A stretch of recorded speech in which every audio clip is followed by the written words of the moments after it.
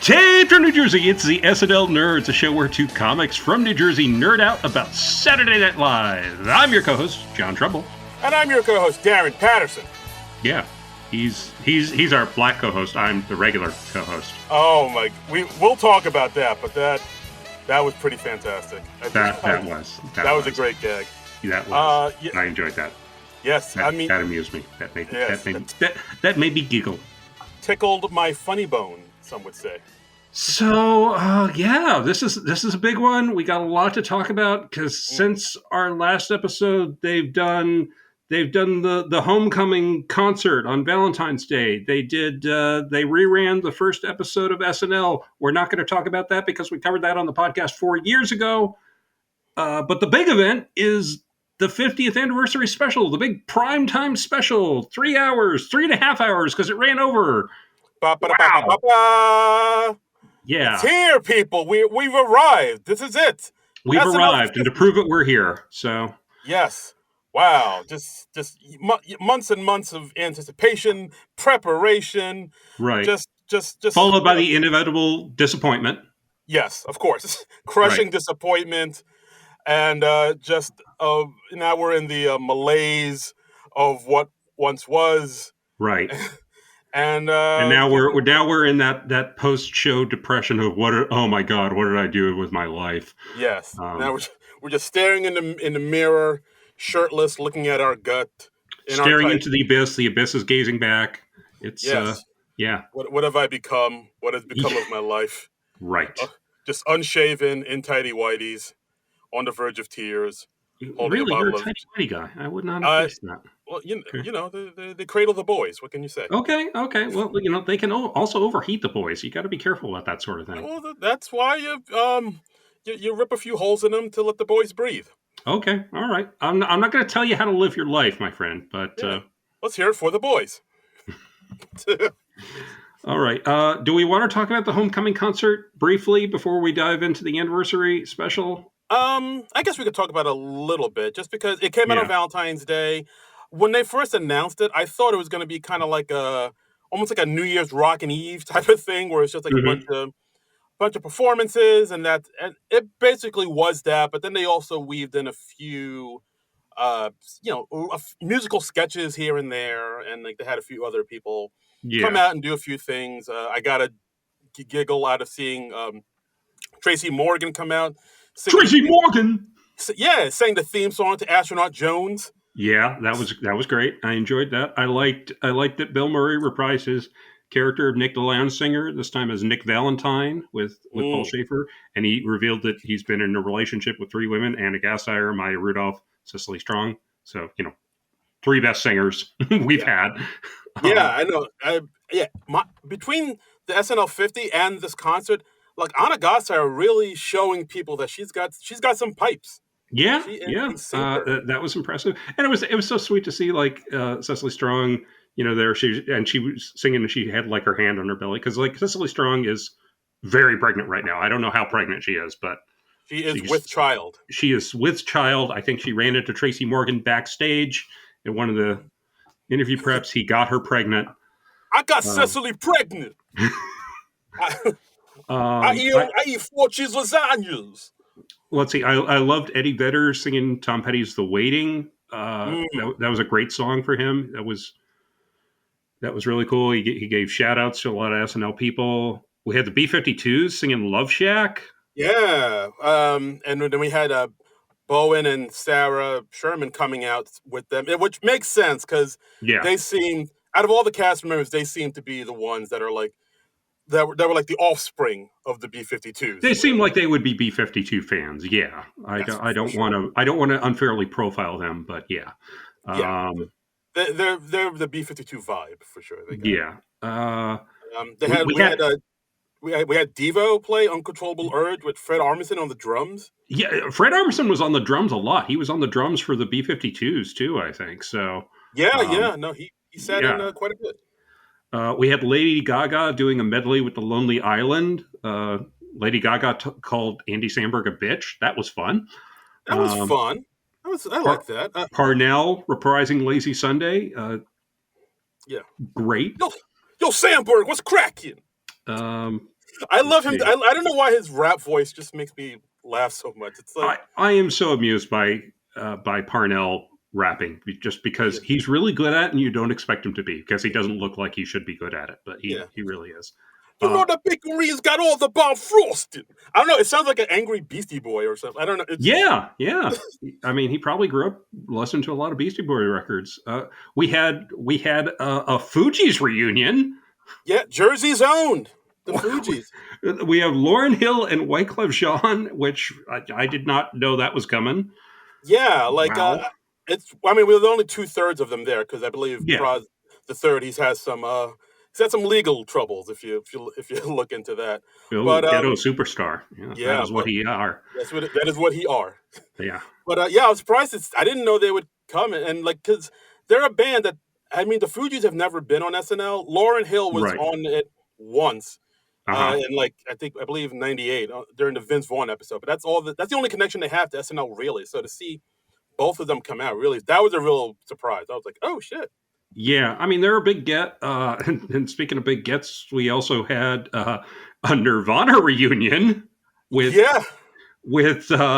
Post Malone taking over the lead vocals, and they sang "Smells Like Teen Spirit." Oh Wow, yeah. It amazing! wasn't not too bad. It was all He right. did a good job. I was impressed. Yeah, yeah. That's Uh, really tough, and it's tough to step into somebody else's trademark song, especially with the original band people there. And there were some musical guests who weren't so hot, and I love that John Mulaney called it out, and he was like, Hal Willner would have loved most of this, and he would have hated a couple things. I have a feeling I know which one you're talking about, but I'm not gonna say it because Yeah, I want to. Yeah, I'm not going to get too negative too early. So yeah, there we there. go. I the ones I don't mention, those are the ones I hated. Yeah, I mean, we also had what Brandy Carlisle came out, kicked ass as Okay, I always. hated Jelly Roll and I I hated Miley Cyrus. Okay, okay, I all right, wasn't. you dragged it out of me. I I was moving on. I didn't say You were anything. badgering me, Darren I didn't. Patterson. I Read back the record. Let the record show. Darren Patterson was badgering me. can the stenographer read back the minutes, please? Is that Wait, standard? we don't have a stenographer. Do we not? Is that not in the budget? All this time, I thought we had a stenographer. What the hell? We Who don't is have. this woman typing next to me? Where are you right How now? did she get into my room? That's I weird. don't. Are you in somebody else's house right now? I don't I think you're may home. be. I don't know. I've moved around a lot. This is not my beautiful house. Okay. Yeah, oh, David Byrne. Wow. David Byrne See, and Robin. Uh, there's see segue. wow. Wow. They were great. They were great. Mumford and Sons came out. They did the Boxer, of course. Right. The Simon and Garfunkel song. We Um, had Arcade Fire, David Byrne, and St. Vincent doing David Bowie's Heroes with the mm, Preservation Hall Jazz Band. yeah, yeah. And Bonnie Raitt. I Woo! mean, um, I can't make you love me. That song always gets me. That always yeah, like if I'm in the right mood, that just might get me in my emotions. That song. yeah. We Yeah, had Maya Rudolph and Fred Armisen reprising Beyonce and Prince, and they introduced Cher doing "If I Could Turn Back Time." yeah. That was another big surprise. No one expected Cher to show up. Wow. Yeah, because she's been on the show once, I think, maybe, I believe. Let me or maybe check. she hasn't. I don't know. No, I remember she was definitely on the show at least once, and she did. If I Okay. could turn back time, we had. Let me check and see how many times she's been on. We also had Will Ferrell and Anna Gasteyer reprise their roles as the Culps, Marty Culp and Bobby Mohan Culp. Yeah, honestly, that seemed really long to me, like they were just filling for time, while they Uh, were changing setups or something. I was just like, this is going on way too long.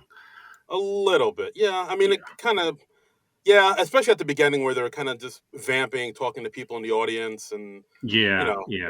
to the point where Meryl Streep gave him the finger, which Oh, is I enjoyed that. Yes, I did enjoy that. I mean, yeah. Meryl Streep getting the finger, that's entertainment. hmm Um, did we talk about the Backstreet Boys? Did we mention them? No, Backstreet Boys were there. Backstreet's Actually, back. All right, yeah. Well, yeah, that's all right. everybody. Yeah, the Backstreet Boys. Sorry, they're just not my generation. I was like in my late 20s or 30s when they were a thing. So yeah, no, same. Like when they came out, I was probably in college, so I yeah, guess I was around the time. But like, I never. we're not the target audience for the Yeah, Backstreet sorry, Boys. I was We have listening. no nostalgic affection for the Backstreet Yeah, Boys. like I don't want to sound. Yeah, I was listening I was listening to bands like Sonic Youth. Probably some bands you never heard of before. Right. Yeah. No, I mean, Newer you're stuff. you're pretty big into the alternative rock. I mean, Yeah. All right. Yeah, Cher was only on the show once back in '87 on the Candice Bergen episode. So don't remember that one, but okay. yeah, yeah. Oh, she. I thought she did. If I could turn back time, she's saying, "I found someone." The other '80s Cher banger. No, well, if I could turn back time was like early 90s. Was it? Yeah, you remember that video? She was on the ship with all the seamen. Yeah. And as a closer, we had Jack White playing "Rockin' in the Free World" and Seven Nation Army, which, wow. I mean, Blue, overall, wonderful concert. Wonderful blue. concert. Only Yeah. like a couple sucky acts. Yeah, overall good stuff. But yeah, Jack Mhm. White melted my face off at the Yes. end of it, like only he can. His face is gone, ladies and gentlemen. Oh, my face is whole. I'm trying to hold it back up as I do this podcast, but it's just Right. oozing through my fingers because Hmm. Jack White straight up melted it off like I looked at the Covenant at the end of Indiana Jones or Yes. whatever that thing that Nazi looked at. Yeah. Yes, like that. They look at Elon Musk's Twitter feed. Oh, it does not belong in a museum. No. But But anyway, so yeah, I enjoyed the concert overall. It yes, was really good. The only act I decided to skip past was the Miley Cyrus because I was just like, you know what, we're not going to talk about this in depth. I don't have to watch this. Yay! hey, you do not. So And then she had a number on the anniversary special, and I felt obligated to watch it. But we'll yeah, get to it. like I might join you in the saltiness there when we get to that. Oh, there's going to be saltiness. Not Strap in. There's going to be saltiness. not too much. I'm trying not to be salty, but like Miley Cyrus, I just don't get it. I don't get it. But I don't think she's a good singer. I don't.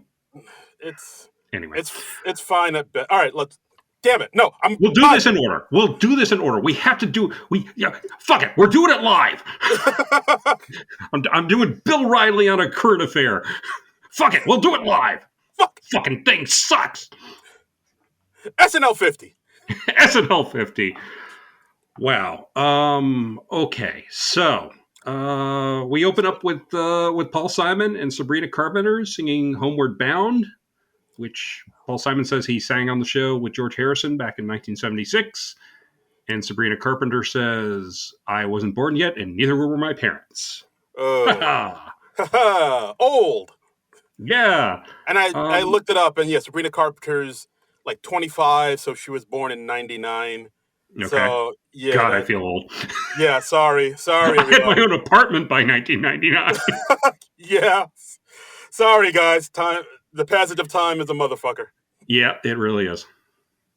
But yeah, as far as I was actually kind of surprised they went with Homeward Bound as the very first song to kick off this night because I don't know. I just thought they'd choose something a little bit more upbeat and up tempo. Yeah, I would have preferred that. I mean, it was lovely.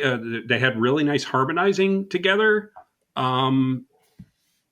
But yeah, it was more of a sentimental opening that I would have liked. I would have liked something more high energy and funny. But we got plenty of funny later on, so it's fine. We did. Yeah, I would love. I mean, I like sentimental stuff and whatnot, but I feel like you gotta build towards that rather than start off with it. Yeah, I don't like going sentimental right off the bat unless it's like something like the first show after 9/11 or something extraordinary like that.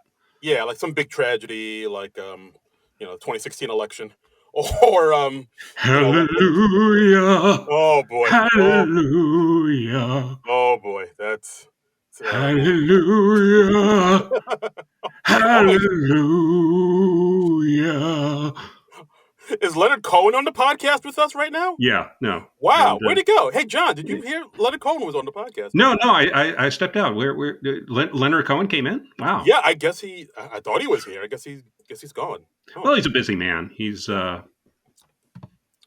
he's very busy. I think being dead, that probably takes up a lot of his time. Yeah, I could see that. He is dead, right? Yes, he is. I'm pretty sure. Okay, I'm like 98% sure he's dead. I should look at. I'm like the same, but I'm pretty sure he's dead. Okay, all right. Leonard Cohen still dead. Yeah, if he's he died in 2016. Yeah, so good. So yes, whew. I mean, not good, but you know what I mean. Yeah, it's good that I was correct. It's not good that he's dead. Yes, my hitman finished the job. R.I.P. Leonard Cohen. Yes. All right. Next we got Steve Martin monologue. Coming out. Whole Studio 8H band looking sharp in the tuxes with the white jackets. Woo! God bless Lenny Pickett for and the band. They're all working that night. Yeah, they are. They're putting in the time, and they're looking sharp. And I'm gonna say, I thought it was a pretty strong monologue. I really dug this. It was pretty good. It was entertaining. Let's see. I liked when they cut away to all the writers outside in the rain, and it was really the writers. It wasn't just like actual extras or anything. Because I recognized a few people. I saw Robert Smigel there. I saw a few other people. I didn't write down every single writer I noticed, but those were real SNL writers. Yeah, I saw Smigel. I believe I saw Downey. Mm-hmm. Celeste Yim was out there, and I definitely saw Alex English for sure. Yeah. So I thought that was a nice, good gag. I like the gag about how, Steve Martin talked about how he's turning 79 years old this year. Mm-hmm. But I feel like I'm 65, which is also not good. Yes. John Mulaney came on and he talked about celebrity hosts. He says, I see some of the most difficult people I have ever met in my entire life. This is why I love John Mulaney, because he's like, he can come in and he can puncture any sentimentality with like a little dose of realism. And I really like that. And he's still like very, very funny. Yeah, like I like how he said throughout the history of SNL, they've had over 800 hosts, and it amazes him that only 2 of them have committed murder. And O.J. Simpson and Robert Blake, for the record. Boom. Yeah. Yep. You think it's a joke, but it's really not. No, it's true. SNL has 2 murderer hosts. That's right. And well, you could probably count Donald Trump too because of all the COVID deaths. Damn, we're getting political, John. I'm just saying. Oh, boy. Yeah. Lots of people died of COVID. Oh, there you go. Oof. I liked, what else did I like? I liked the joke Steve Martin had about saying, well, we wanted to make sure that Bill Murray showed up tonight, so we didn't invite him. That was very funny. I enjoyed like when Martin Short came on and he was identified as the only Canadian who wasn't in Schitt's Creek. And then Steve said, oh, do you have your passport? And he says, no. And then ICE comes out and seizes him. Terrific. Damn. And of course, it's Mikey Day and Devin Walker as ICE agents. I wasn't looking closely enough to see that it was them, but that's very cool. I didn't know that. It was them. It was. I didn't rewatch the monologue, so sorry. Didn't mean to ruin the mystique. But yes. You did. But, that's something this podcast is really good at, is ruining the mystique. That's right. Magic is dead. There is no magic. That's right. Should we move on to the first sketch? Let's do it. Lawrence Welk. Lawrence Welk show. We got Fred Armisen, Lawrence Welk. Yeah, pulling this out of the mothballs to sketch. And I mean, by this point, the drill. It's a man comes out on stage and is like looking for love, and he sees the 3 sisters there. Wants a little song. But I like that this time it was Will Ferrell as Robert Goulet, or probably his Robert Goulet character. I wasn't necessarily expecting to see Robert Goulet because he's not, he's a great character, but he's not, one of the A-list SNL characters. But it's fun in these anniversary shows when they do the mashups of the various characters. It is. Like I mean, we'll get to it later on, but they seem to do that. They seem to pick some like two characters that Mm-hmm. have some stuff in common, so you can Yeah. see them existing in each other's worlds, and Yes. like kind of finding the balance between that. Yeah. And what was the name of these sisters? I mean, they're like a parody of the Andrew sisters, but I never remember the name of these characters. The Maharel sisters. See, that's why I don't remember it. Yeah, it's an unmemorable name. Yeah. Okay. So we've got Robert Goulet and the Maharel sisters, which we just had to look up, because not a memorable name. Nope. Yeah. But yeah, the sisters are played by Anna Gasteyer, Scarlett Johansson, and Kim Kardashian. Because apparently we lost Casey Wilson's number somewhere. Yeah, I don't know why they. Nassim Pedrad, were they not there? Did they not get invites? Did they have conflicts? What's going on? I don't know why they just didn't.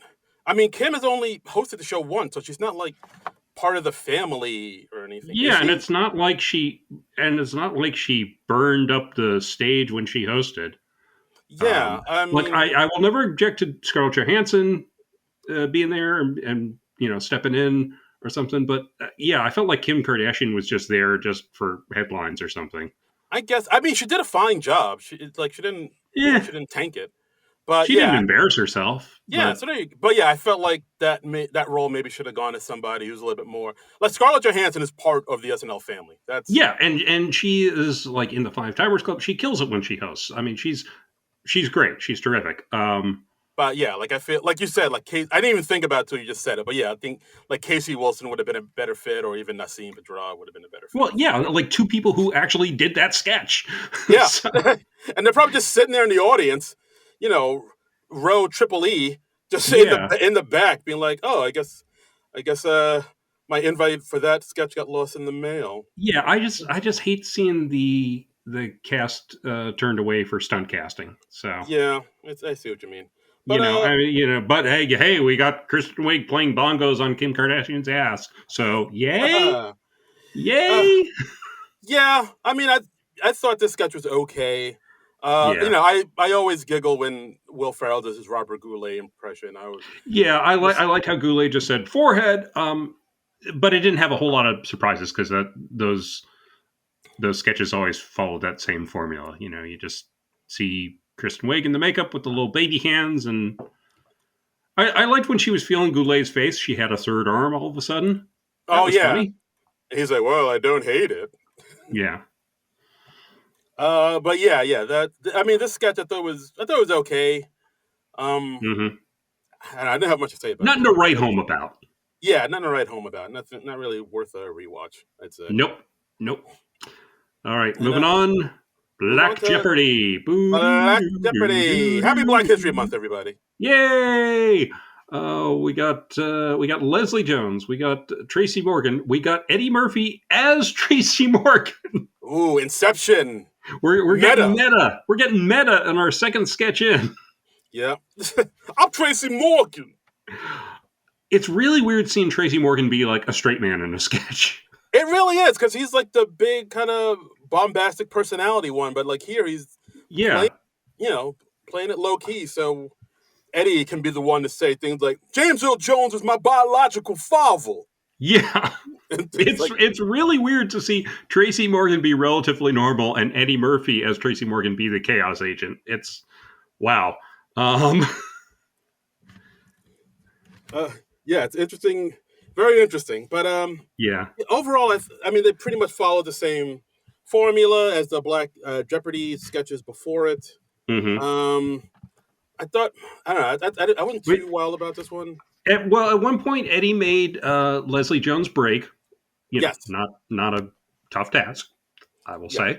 He did, I think, some sort of improv as Tracy Morgan. I didn't write down what it was, but I only eat 4 cheese lasagna. I don't mess with things with 3 cheeses. Yeah, he said something like that. Line. Yeah. It was really funny and it was genuinely amusing, Leslie Jones, and that was fun to see because it didn't totally derail a sketch. Right. They at one point said black people don't know SNL, which ouch on behalf of Darren. Yeah, that hurt. We're not a monolith, people. All right. Hey, man. Hey. I mean, we're not a monolith. Darren, the last time I checked, and I do check on a weekly basis, is a black man. Yeah, you send me texts and it's like, hey, Darren, you still black? And I was like, yes. And you're like, that's an offensive question. Please stop asking. Yes. And I'm like, I'm just checking. I need to know. I need to keep these notes updated. I said, I will report you to Frank Kablawi if needed. Please stop this. Yes. And, but like, honestly, Darren's a black man who says darn tootin'. So borderline. Darn tootin'. Borderline. We're gonna lose my mind. Also, he sings Madonna songs from the early 1980s. So don't act like that song isn't a bop, John. Come on. It's not one of my favorites. I'm more about the Cherish and that song she did from the second Austin Powers movie. Oh, La Isla Bonita? No, wait. No. I know. Beautiful Stranger. That's the. I don't know how I know all these. That's the one. That's a banger. I don't know how I know all these Madonna songs, but I don't know either. But again, I'm learning something about myself right now. Yeah. Okay. All right. I like that the Black Jeopardy was sponsored by an app called Who All Gun Be There. Yes, invitation app. But then like they kind of I could use that app. I mean, I would like that app very much. Who all gonna be there? Yeah. But then they switch things up a bit because then Keenan leaves and he gets swapped out for Chris Rock, who's like who becomes the host for a little bit. And right. Then also Eddie Murphy leaves, and then we get Tom Hanks back as Doug, the MAGA character from the viral Black Jeopardy sketch. Right, and he guesses the church lady. When they show a picture of Dana Carvey as a church lady. Yeah. The Doug thing, they basically just repeated what they did before as Doug. I would have rather they did something new with Doug. Yeah, I think with this sketch, towards the end, I feel like it kind of fell apart a little bit. The stuff with Doug and they were just kind of repeating the same beats, and even the audience didn't seem too into it. And I don't know. I think towards the end, they kind of went off the rails a little bit. Yeah. So I was like, this not the strongest, So, but the good stuff's all in the middle. I found. Yeah, exactly. Like a loaf of bread. You don't want the ends. You want the middle part. That's right. You don't want those crusty ends. Nah, get out of here, crusty ends. Okay, so next we had a tribute to 50 years of physical comedy on SNL. We had Emma Stone. I had trouble recognizing Emma Stone at first because her hair is so short right now. She got that pixie cut. She does. Mm-hmm. And she introduces Molly Shannon as her character Sally O'Malley, who's 50 years old. Get it? See what they did there? She likes to kick and stretch and stretch and kick and stretch and kick, and that's basically what Sally O'Malley did. Yeah, there wasn't a whole lot of range to Sally O'Malley, I don't think. They really stretched out that premise over sketches. Oh, I see what you did. Okay. Pow! And I was also impressed that Emma Stone kicked in, because she was wearing a skirt with a high slit, and I'm like, ooh, yeah, that's asking for trouble when you're kicking in a skirt. But she managed to do it without exposing anything she shouldn't have. So kudos to Emma Stone. Bravo. What a pro. Yeah. And then so they were basically showing this clip of highlighting the 50 years of physical comedy, showing Chevy falling and Farley falling, the Wolverine sketch where Michael Donahue falls over. And Belushi. I think there was a clip from the New Orleans show in there at one point. Oh, I got to go back. Because it looked like Belushi falling down on a street, and I've never seen the New Orleans show in full.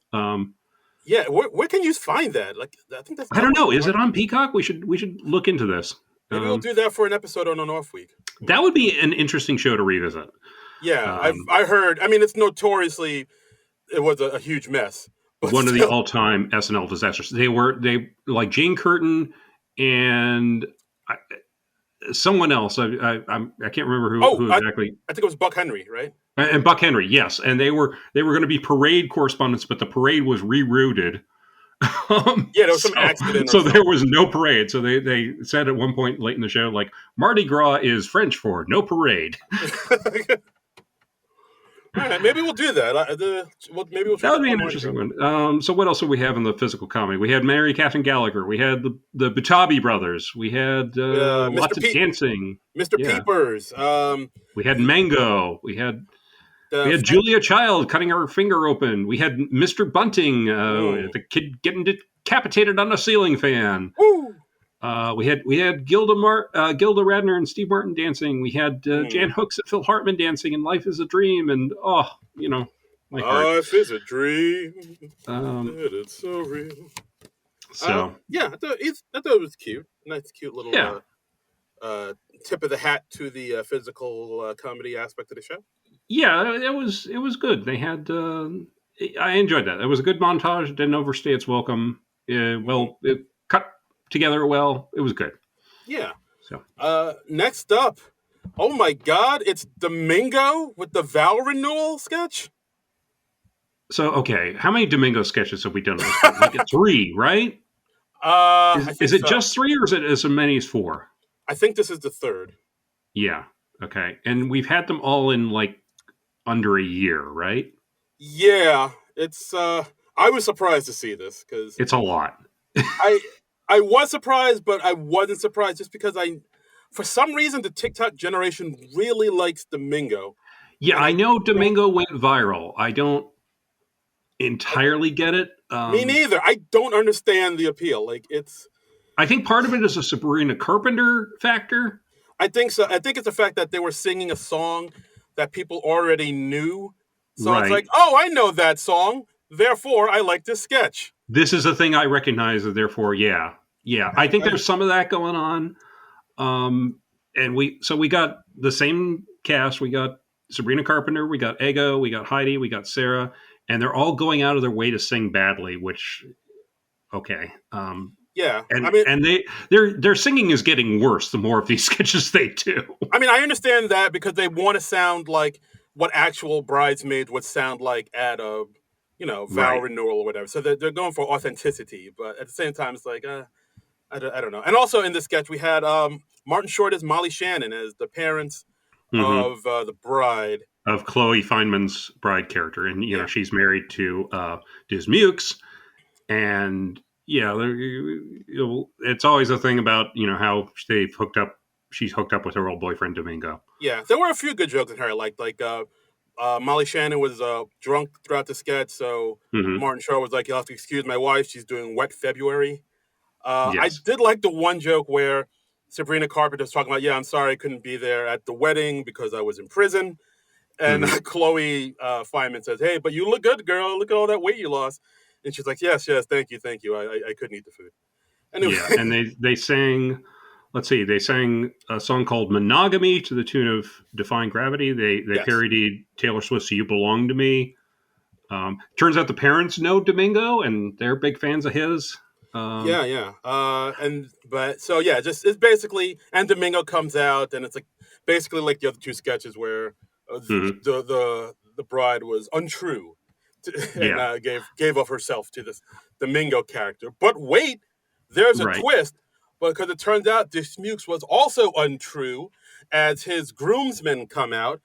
We got Bowen, Sandberg, Beck Bennett, and Kyle, right.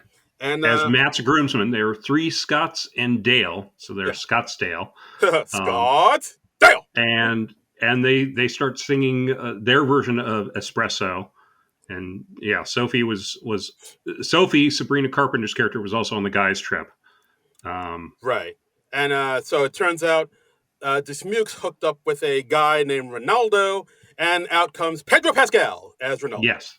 And then Bad Bunny as the other brother, Santiago. And Yes. I liked that. Okay, I liked that we brought the groomsmen out, and I was like, okay, are we doing something different with this sketch? And yeah, not so much. Yeah. so, so I'm gonna go. I'm gonna go Mick Jagger with the sketch and say, not funny. Yeah, they had those lines I mentioned I thought were kind of gave me a Yeah, chuckle, but like, yeah, overall, not yeah. funny. I mean, it's fun, but not funny. Yeah, I yeah. think that would be the best way to say it. By the And way, one of our listeners had some harsh words for your Mick Jagger impression. yes, next door, I saw your words, Mr. Yeah. Storr. I took it to heart, and I thought I nailed it with Yeah. my spot on British Cockney accent, but I They want more. said that your Adele impression sounded more like Mick Jagger than your Mick Jagger impression. Okay, all right. Well, my Adele is like, "Oi, I'm Adele, isn't I? I like tea and crumpets and what have you, and Flawless. you know, Absolutely flawless. Manchester United. Okay, now do your Jagger. Oi, I'm Mick Jagger, ain't I, love? I got the moves like Jagger, don't I? And like, Beast of Burden and all that rot. Also flawless. Don't know Yep. what Nick is talking about. Yeah, I That's think I nailed it yeah. on both. Lauren, Nick, I think you owe us an apology. yes, Lauren, consider this my audition. I just gave you 2 impressions, Lauren. That's right.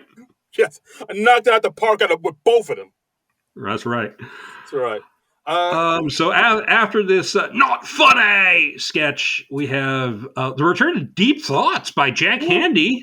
Wow. Damn. Nice. Yeah, I actually have it up right now. I could read the deep thought. It's only okay. Yes. 30 seconds. Looking back over 50 years, we treasure the laughs, the friendships, the fond memories, but the real treasure was how much money we were making. Not bad. Nice. Yeah, not bad. Not my favorite Deep Thoughts, but it was just nice to see it back. Yeah, exactly. It's like, oh shit, Deep Thoughts. Okay, here we go. I wouldn't have minded like maybe another 1 or 2 Deep Thoughts scattered throughout the show. That would have been fun because that's how they usually did it on the show. It was usually like maybe 2 or 3 of them throughout an episode. Yeah. But I guess they just couldn't do that because we gotta get to audience Q&A with Tina and Amy. Audience Q&A. They've done this before on an anniversary special. I think they did it with Tom Hanks on the 25th, if I remember correctly. I believe so. Yes. Yeah, and it worked very well there. They did it here with Tina and Amy, and I think it worked very well here. I thought this was one of my favorite sketches of the night. I would agree. Yeah, I thought this had a lot of good stuff going for it. One of my favorite sort of jokes is when Ryan Reynolds is there with his wife, Blake Lively. He has a question. Right. He stands up, and they're like, "Oh, hey, Ryan, how are you?" And he's like, "Yeah, good. Why? What have you heard?" Yes. Which is a subtle nod to... Been in the news a lot lately. And also, got to give a shout out to Blake Lively, who's Ryan Reynolds' wife, a great actress in her own right. She's given great support. She's just, with her looks, brilliant. I've become like a real Blake Lively fan. I haven't seen her in a whole lot of stuff, but I've seen her in stuff I've really liked her in. So. Oh, you're Lively over Blake Lively. Yes, and she's funny. They should have her host. Ryan Reynolds should host again. Blake Lively should host. Have them host together. Yeah, I know Blake. Alec Baldwin, Kim Basinger thing. I know Blake Lively did host once. Did she? Okay, I got to revisit that one then. Because I know she was on the episode that had that potato chip sketch that a lot of people really like with Forte and Sudeikis. Oh, where the chips were making lots of noise? No, it was like a 10-to-1 sketch. Only the real SNL dorks know about it, but it was a very bizarre, very Forte sketch, but actually pretty funny too. In a weird way. I think you sent this to me, and I had no memory of it, and I've probably forgotten it all over again. So yeah, it's Sudeikis is in this job interview to be an astronaut, but he dresses and talks kind of like Colonel Sanders, and he takes it was ringing a bell. Yeah, he takes the potato chips and eats it, and then it becomes a whole thing. Yeah, but it's a weird sketch, but also pretty damn interesting. Okay, all right. Quick congratulations to Tim Meadows for him being with Sade for 32 years. That's incredible. Congratulations. I knew Love is alive. I knew they could make it. I knew those 2 crazy kids would work things out. I'm amazed that Sade was a musical guest in 1993 because she hit in the 80s. She did, but she had some hits in the 90s. She came back. I think she's... The only one I remember is Smooth Operator, and that was 86 or 87. There was No Ordinary Love. That was a big deal in the 90s. Okay. Yeah, right. There was some other songs she had. But in the literally 90s, the only Sade song I remember is Smooth Operator. Smooth Operator. No, Sade had some bangers. I mean... okay. Kiss of Life. Uh, what? There's a bunch I like. There's a bunch of Sade songs I really like. She's one of my favorites. And yeah, she hosted. No, she was a guest twice. Once in December of '85 and November of '92. Wait. So he didn't actually whisper something to Sade on the March 18th, 1993 Good Nights? Um, no, wait, no, I think she did. It says. Was she actually on the show? I didn't double check this. It said. Because if she wasn't actually on that show, I feel very betrayed. All right, well, season 18, November 21st, 1992, she was the host, musical host with a guest host, Sinbad. Okay, but we gotta check what was happening on March 18th, 1993 now. Oh my God. We gotta get to the bottom of this shit. Are we about to crack open this case wide open? We are. Okay, all right. Okay, I wrote down the date. Mm-hmm. Listen to this. There wasn't even an episode of SNL on March 18th. It wasn't even a Saturday. What the fuck? They had an episode on March 13th hosted by John Goodman with musical guest Mary J. Blige. And then the next week on March 20th, we've got Miranda Richardson and Soul Asylum. What the hell, SNL? SNL. You lied to us. I'm not mad. I'm just disappointed. Wow. Your heroes lie to you. This is... I don't know what to believe in. I feel so betrayed. I don't even want to do this podcast anymore. Fuck it. Oh. I'm going to have to pause the recording and just walk around the block. I'm going to throw down my cans. I just need to be alone with my thoughts a little bit. You see just John's walking the beach, staring at the ocean. Barefoot, just as a seagulls circle overhead. It's just, they betrayed us and there was no reason to do that. Why would they lie? Why would they lie like that? Why would they do that? Would they lie? I don't understand. But anyway, Nate Bargatze. Oh yeah, Nate. He had a good question. He said, when I hosted, there was a woman who took me behind a little curtain and pulled my pants off. Does she work here? Yeah. So funny. And they say, was she a blonde woman with a stopwatch? Yeah, that's Donna. Yeah, and they brought her up. That was Donna Richards, who works in wardrobe and has been dressing hosts since '97. Yeah, love that. That was terrific. And they were like, so do you have a favorite celebrity that you've seen in their underwear? Jason Momoa. Nice.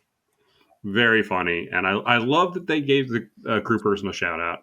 Absolutely. Yeah, they had a bunch of other people in the audience. Keith Richards was there asking about a scarf he left there back in 1998. See if it's still there. Yeah. And I think Keith Richards said he said 88 and then Tina says 98. So I don't know what to think. There is no continuity happening here in the show tonight. SNL, I think Tommy Mulaney was one of the writers on the show tonight. Tommy Mulaney, you see me in my office right now. That's right. He's just a liar. Yeah, that's the ticket. Keith Richards says he left a scarf there sometime in a previous decade, and then they cut to Zach Galifianakis, who's wearing it as a do-rag. Nice. We see Fred Armisen. Yeah. I miss Zach Galifianakis, and he should host again. He really should. He's fantastic. There's so many, his episodes, I haven't seen them in a while, but I remember them being really strong. They were really strong and they were really memorable, and he did things that nobody else would do. Just loved it. Daryl's house alone, my God. Yeah, and him actually shaving his head for a non-existent Mr. T sketch, and just to do it for a gag in the Good Nights, incredible. That is just bravo, sir, bravo. Galifianakis should be in the Five Timers Club, 100%. He really, yeah, I would love it if he. Maybe they reached out to him, maybe he doesn't want to do it, but Galifianakis, please, baby, you got to come back. Yeah, and we got John Hamm in there saying that he's hosted 3 times and he's part of the family. Again, I can't believe John Hamm has only hosted 3 times. It feels like more because he's done a lot of cameos, I guess. Him too. He's somebody else that needs to be in the Five Timers Club. I feel Absolutely. He's a strong host. He elevates everything he's in, and I really feel like he is part of the SNL family at this point, but I really feel like he should be in the Five Timers and like for sure. Agreed. Uh-huh. I liked Fred Armisen coming up and saying, "Hey, I have a question. Anybody know why Lauren cut my Vampire Office sketch back in 2005?" Yeah. And they're like, I don't know, maybe it was better. There were other sketches Lauren liked better. And he's like, no, it was a pretty bad show front to back. do you think I should resubmit it? And then they're like, yeah, sure, why not? And he's like, all right, next time Kevin Spacey hosts. And then he goes for a high five.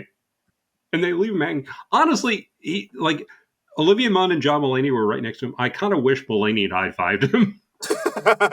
I'm leaving you hanging, aren't I? That was really good. It was really in Fred Armisen's voice. I really enjoyed that. I did. They did a good job of just kind of adapting these segments to everybody's comedic voice. Like I like John Lovitz's little cameo in the American Girl store. That was fun. Yeah. It's fun also to see all the celebs in the audience that didn't have anything to do. Just like casually see Ray Romano sit next to Al Sharpton or something like that. Yeah. And Seth Meyers is like, yeah, didn't you just write this to give cameos to people who weren't in other parts of the show? And they're like, oh, no, we don't think so. What do you think, Ray Romano and Al Sharpton? I don't know. I think it's good. Yeah. And I actually looked it up and like, Al Sharpton did host an episode once back in like 2004. That surprised me. Yeah. Well, Ray Romano's hosted, right? He had. I think he hosted like twice. Nice. So yes. Nice. I enjoy the Ray Romano. Mm-hmm. But incredibly, I have not seen too much of Everybody Loves Raymond. I became a Ray Romano fan after Everybody Loves Raymond, which is weird. I know. Oh. Yeah. So what made you a fan then? Just his Men of a Certain Age and Parenthood. Dude, Men of a Certain Age is a show that just it deserved more love than it got. Like Ray Romano, Scott Bakula, Andre Brower. I mean, they're all like 50-ish. They're like dealing with middle-aged stuff. They're getting colonoscopies and stuff. Right up the pooper. Great show. Great show. Yeah, but like I remember it was a show. I think it was like TNN or TNT or TBS, and it only lasted like a season. One of those Turner. Yeah, it was like 2 seasons, I think. Yeah, but I really liked it. I really wish more people knew about it. Good show. And then after it was canceled, Ray Romano came on to Parenthood, which was a show I watched faithfully for the 5 years or so it was on. He was great. Parenthood. Yeah. That's my Ray Romano. Lauren, now it's just a Muppet. Lauren, I got 3 amazing impressions. I got an Adele, I got a Mick Jagger, and I got a Ray Romano. Call me. I mean, yeah, perfect. Come on, trifecta, right there. And I mean, all physically in your wheelhouse too. Absolutely. I mean, you can be seamlessly made up as all 3 of those people. Yeah, for sure. Just just paint me up white like they did Eddie Murphy in that sketch, and sure, we're good to go. Come on.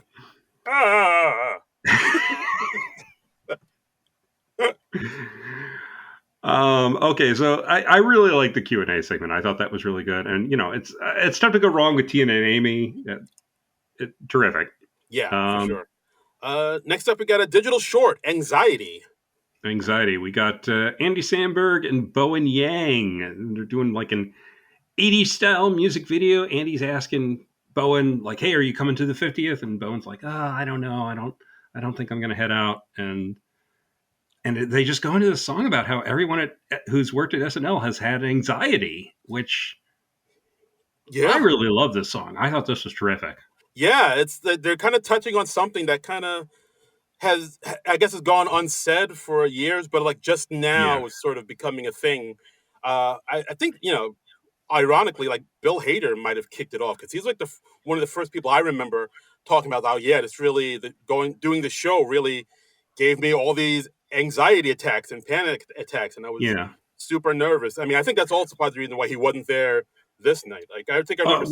Maybe. I mean, Hader's been very upfront about his general anxiety and his anxiety connected to SNL too. I also remember actually Jay Moore. He wrote a book about his seasons on SNL called "Gasping for Airtime," and he talked about how he like once had a panic attack during a show, and he was like running out in the street in the winter, Oh and God. he finally found a psychiatrist who prescribed Klonopin for him, and that helped him with the panic attacks Oh and wow. stuff.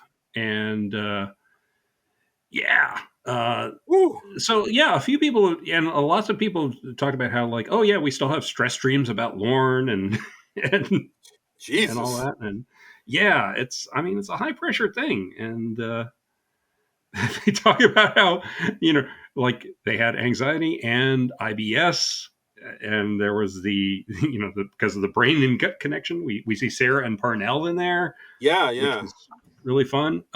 We see Anna Gasteyer and Molly Shannon as the delicious Delicious dish. dish, Yeah, yeah. talking about drinking the pink stuff out of bottles and Yeah, because they also had IBS. I liked how we went from the clip of them to like the two of them live, and they're made up as the characters, and they don't look that different.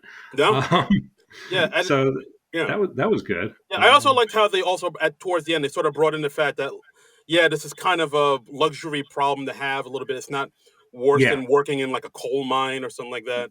But then right, they flip right. it and say why it actually is worse than working in a coal mine.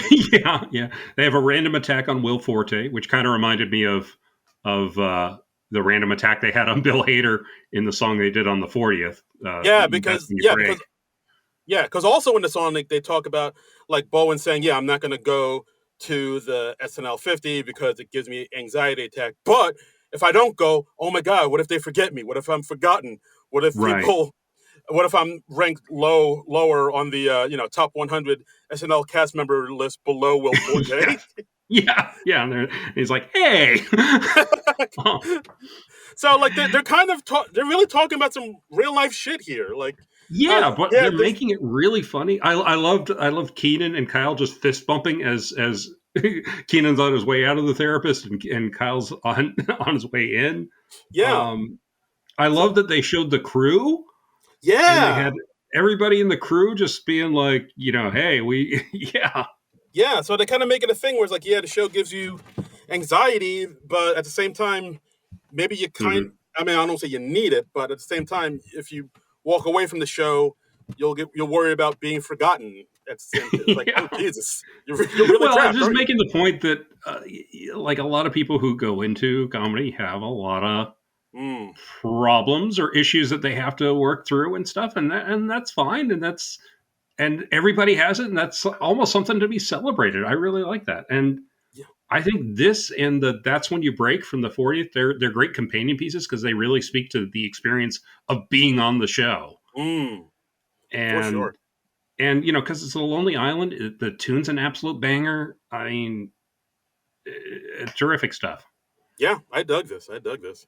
I Uh, wish the Please Don't Destroy Boys could have been in there somehow. We could have gotten a full fledged Please Don't Destroy Lonely Island yeah, collaboration. where are they? What the hell happened to them? I They don't just know. They've been gone this pretty much this entire season. They've had like what, one or two sketches on the air.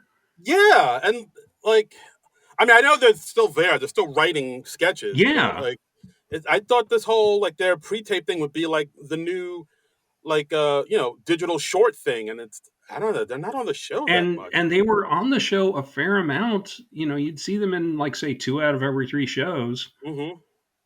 and now it's just cut way back. I don't get that decision because it Yeah, feels like it's a conscious decision. It doesn't feel like just them not getting stuff on. it does. Yeah, it's It weird. feels like we're stepping away from them. Hmm. What's up with that? I don't. What is up with that? They saw they saw I what mean, happened with that movie that came out. They're like, oh, yeah, you know what? yeah, Hmm. I don't know. I didn't. We Yeah, enjoyed the Foggy Mountain movie, as I yeah. recall. It's fun. It's cool, Yeah, but I don't know. It's weird. I don't know. But anyway, I thought the anxiety song. That's my sketch of the night. Wow. Yeah, Yeah, I'll go with you there. I think that might be it. I'm trying to think. you Well, sound actually, you sound a little reluctant. actually there's one more sketch I think I like a little bit more, but we'll I'll get there. see you in hell. Okay. Speaking of hell, Miley Cyrus and Brittany Howard. Ooh. Okay. It was introduced by Aubrey Plaza, who's making her first appearance since the Yeah. the unfortunate Yeah. passing of her husband. And Yeah. so we had Miley and Britney singing "Nothing Compares to You," of course, the famous Sinead O'Connor song, Written um, by Prince. written by Prince. Yeah. And yeah, I still don't get Miley. I don't. I know she's like a professional singer, and she's known for singing, and she makes her Why? money How? off I of. don't. She's not good at it. It's yeah.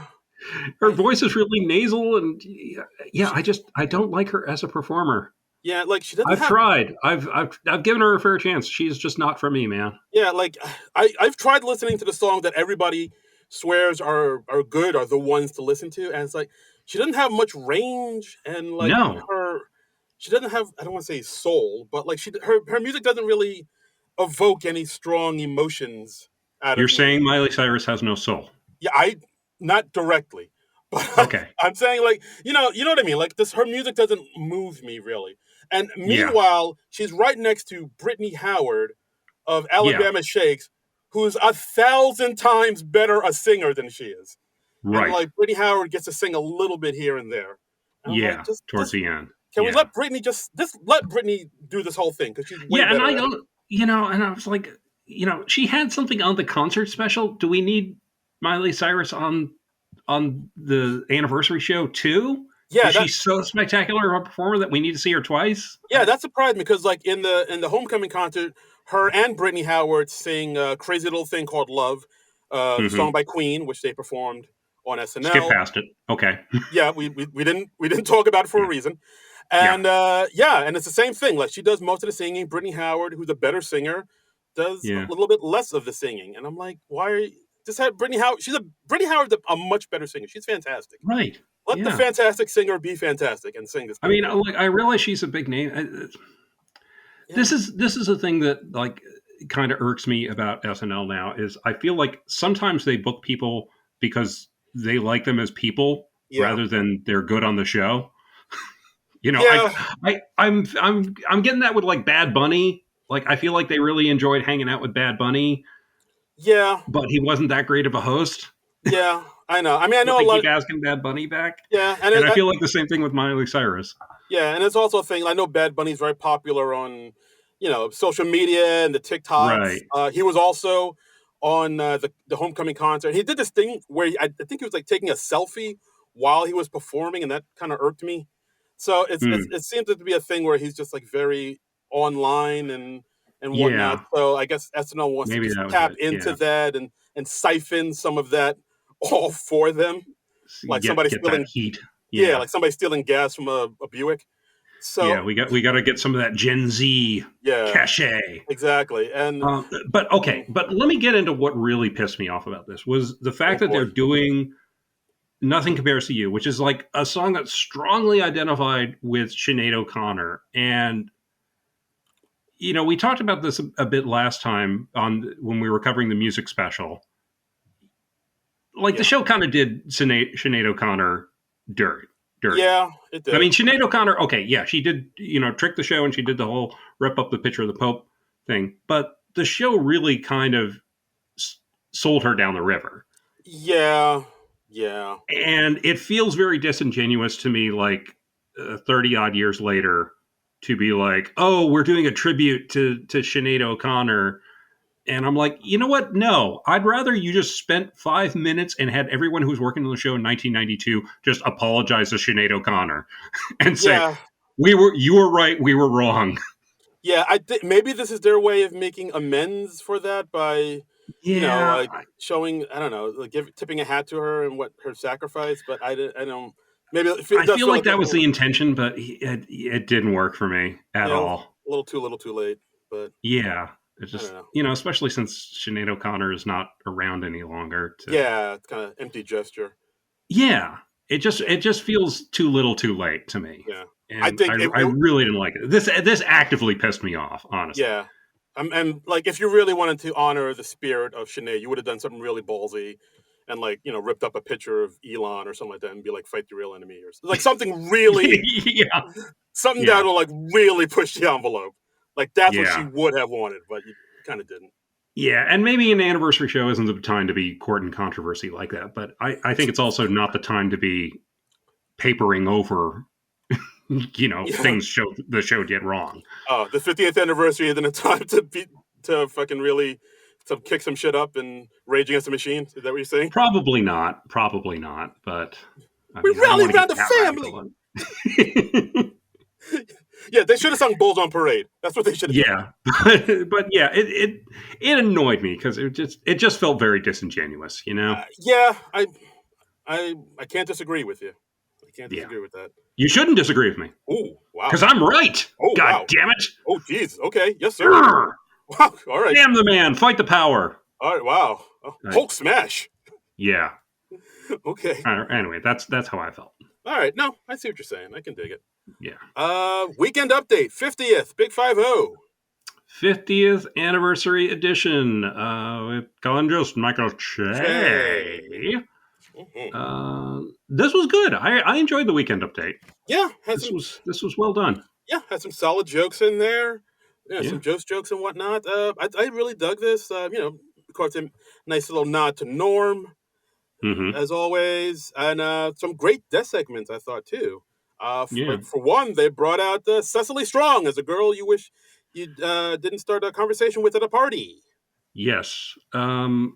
This was good. It's been a good amount of time, and I've missed Cecily from the show, and I've had enough time to miss this character. I liked that. I liked that they acknowledged, because as I said before, Cecily very pregnant right now. I don't know how far along she is. Is she she's got to be 8 or close to 9 months, I guess. She is know. She is crowning. Yes. I don't know how pregnancies work, but she looks very pregnant. She looks like she's giving birth very soon. On the cusp. Yeah.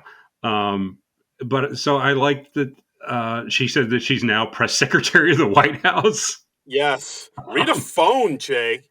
Yeah. And then they reveal that Drunk Uncle is the father of her baby, and we get returning to the show, noted murderer Bobby Moynihan. Right. So. Noted, not convicted. Right. Right. Look, he did admit on one of the anniversary specials that he killed a guy. So whatever. AI. Yeah. Okay. It's all right. Just saying. Bobby, you are still invited to the party bus. Yes. Just please don't murder, and don't murder me, but don't murder anybody. Don't murder Darren specifically. Yes. Yeah. Me, we'll talk. Yes. I don't know. Depends on what kind of day I'm having. Oh boy. Oh, that got dark. Yeah. Well, yeah. I mean, Drunk Uncle and the girl at the party, getting together, that makes too much sense almost. That's a fun matchup. Yeah, I like that the links that they found between these characters, and Moynihan he was on fire. Yeah, I tried to tackle Paul Simon. Yeah, and now Sabrina Carpenter's dead. So I'm not Landshark, okay? I'm not Brian Fellows' Safari Planet. And he, at one point, rips the buttons of Cullen's jacket off when he grabs him. Yeah, he actually ripped off a button. Yeah. Yeah, that was hilarious. Bobby Moynihan just really showing the world how underrated he was and is. So, yeah, I thought he's always been just a clutch performer during his time on the show, I thought. Yeah, I didn't appreciate him enough, but now I've really come to love Bobby Moynihan. Yeah, because he just seems like a real lovable guy in general. Yeah, but you can't deny the dude's a strong performer for sure. Yeah, absolutely. And so then we get a little bit of a switch up because Seth Meyers comes out to be behind the desk. And throw it over to Seth. Yep. Yeah, and they bring out two of Lauren's best friends growing up in Canada. They wheel out Vanessa Bayer, Fred Armisen, who are all decked out in Canadian garb. Yes, this was good. I will say though, I feel like these characters are a little played out. Maybe. Yeah. It's and they're bringing it back again, and they're doing the same thing they did years ago. I mean, what is that? I mean, it's kind of variations on a theme, and it's because I'd like to see the characters develop the way that Girl at the Party and Drunk Uncle did, and I didn't feel like they quite got there with these two characters. John, you gotta speak up. I can barely hear. Okay. But yeah, I see what you mean. These, I know what I see what they're doing. They're doing a thing that a lot of people do, where when they want to talk up, a little When they're talking smack. disparagingly about someone that they do like. They Yeah. whisper it and they're like, "Hey, I will say this is You're trying funny." to be discreet. Yeah. Yeah, Yeah. I've had seen that. That is a funny thing to do, but I Yeah. I did get a kick out of it. I did feel like maybe it went on a little too long. It was no, it was pretty good. I thought Yeah. overall, but yeah, it maybe did go a little long. And I feel like if Bill Hader had been there, we would have gotten a reprise of Stefan because Mm. he's such a spectacularly popular character. And Mulaney was there, Hmm. and we have Seth and his husband was there. Yes, So that's true. And I did like how Vanessa and Fred were dressed as Canadian, and that's just them wearing red flannel, a down vest, and like mhm. those hat with the ear flaps on it. Yeah, Canada. but it was really nice to see Vanessa in the show in Yeah, particular. I Because was like, oh, Vanessa. Oh yeah, there you yeah, are. yeah. Good for So, her. and I got to give, just to back up a little bit, I got to give a shout out to the little Norm Macdonald tribute. Mm. And where Che said, like, and he's no longer with us, but I just got to say, we love you, OJ. That is such a Michael Che joke. I loved it. And Yes, he was I my bet hero. Norm Macdonald would have loved it too. Like, aha, I see what you did there. Yeah, Yeah, that was terrific. great stuff. Um, And close things out, Mr. Bill Murray comes out talking about ranking his favorite SNL news anchors throughout the years. yeah, the best, The best, not just not his favorite, the best. the best. This is an objective list, Darren. Yes, And and but I do like the first gag because he says in honor of Black History Month, I like to rate the African American update news anchors, and it's just a, right, a list with one name on it. right. He's got the board where he pulls out the thing and the name appears and it's just Michael Che, and it just makes the point that we've only had one African American weekend update anchor Yeah, and then he's like, all in right, 50 years, which that doesn't seem right. Even though he's been doing it longer than practically anybody else, still. right. Still, that's weird. And then he says, "Okay, and now we're going to move on to the regular weekend update anchors." And Che's like, "What do you mean regular?" Regular? What are you talking about? And both Che and Murray are playing it beautifully. And okay, so I got the ranking that Murray had. We have number 10, Colin Quinn. Mm-hmm. Number 9, Kevin Nealon. Yeah. Number 8, Dennis Miller. Number 7, Seth Meyers. Number 6 is Tina and Jimmy, and then just above that is Tina and Amy. Girl on girl, still very popular. Yeah. Number 4, Cornelius Crane Chase. He's like, he's the guy who started it all. That's why we have him at number 4. Cornelius Crane Chase, or we know him as Connie. Yeah. I like that we got a little Chevy Chase bashing. Yes. Love it. Because I'm petty. Number 3, Jane Curtin and Dan Aykroyd. Yes, because I believe Bill had called Jane an ignorant slut backstage, but Aykroyd had the insight to do it on stage and really. Right. Yes. Number 2, Norm Macdonald. Right. Made him ask the question, could OJ have possibly done it? And number 1, his favorite weekend update anchor, a man who is currently sleeping with with Scarlett Johansson, my brother Brian Doyle Murray. And Colin Jost is like, wait, what? Yeah, and I hear that he is quite the considerate lover. So I love that Bill is like boosting up his brother, who's kind of a forgotten cast member, and we're also bashing Jost. And honestly, overall, this isn't that bad of a ranking of weekend update anchors. Yeah, like I'm looking at this ranking and I was like, yeah, this kind of feels right. I think I would switch Chevy Chase and Dennis Miller. Probably I'd put Dennis Miller a little higher. Yeah, fair enough. But not a bad ranking. Overall, this is a really good ranking. Yeah, because when he was going through the list and he was about to pull the number 1, I was like, all right, it's not going to be Joe. So who else could it be? So for it to be Brian Doyle Murray, that was a surprise to me. I was like, oh, it was genuinely surprising. It was genuinely funny. God damn, Bill Murray still makes me laugh, man. Yeah, generous lover. He's so good, and I always loved it when Bill Murray would come on and just give these and this weird esoteric ranking, and and his weird reasoning. And Mm. and by the way, do you remember speaking of O.J. Simpson, which we were a few minutes ago? Go on. Do you remember that there was a sketch where when O.J. Simpson hosted where he kissed Bill Murray? I don't believe so. They actually showed a clip of this on, I think it was the 15th anniversary, Okay. and OJ like appeared, and I think he was talking about like sports hosts or something like that. Okay. And this is before all the stuff that happened in the 90s. The stuff Back when OJ was still just beloved sports celebrity. before that thing and happened. and they showed a clip of I think the sketch was like a Roots parody because Roots was that big miniseries about slavery in the late 70s. Okay. And and uh and OJ was like a slave, and Bill Murray, I guess, was a slave owner, and they ended up kissing in this sketch. Oh my! And they showed a clip of this on the anniversary special, and I'm sure that has been scrubbed from the internet, but I have seen it. I saw it with my own peepers. Ooh-wee. It is a thing. It existed.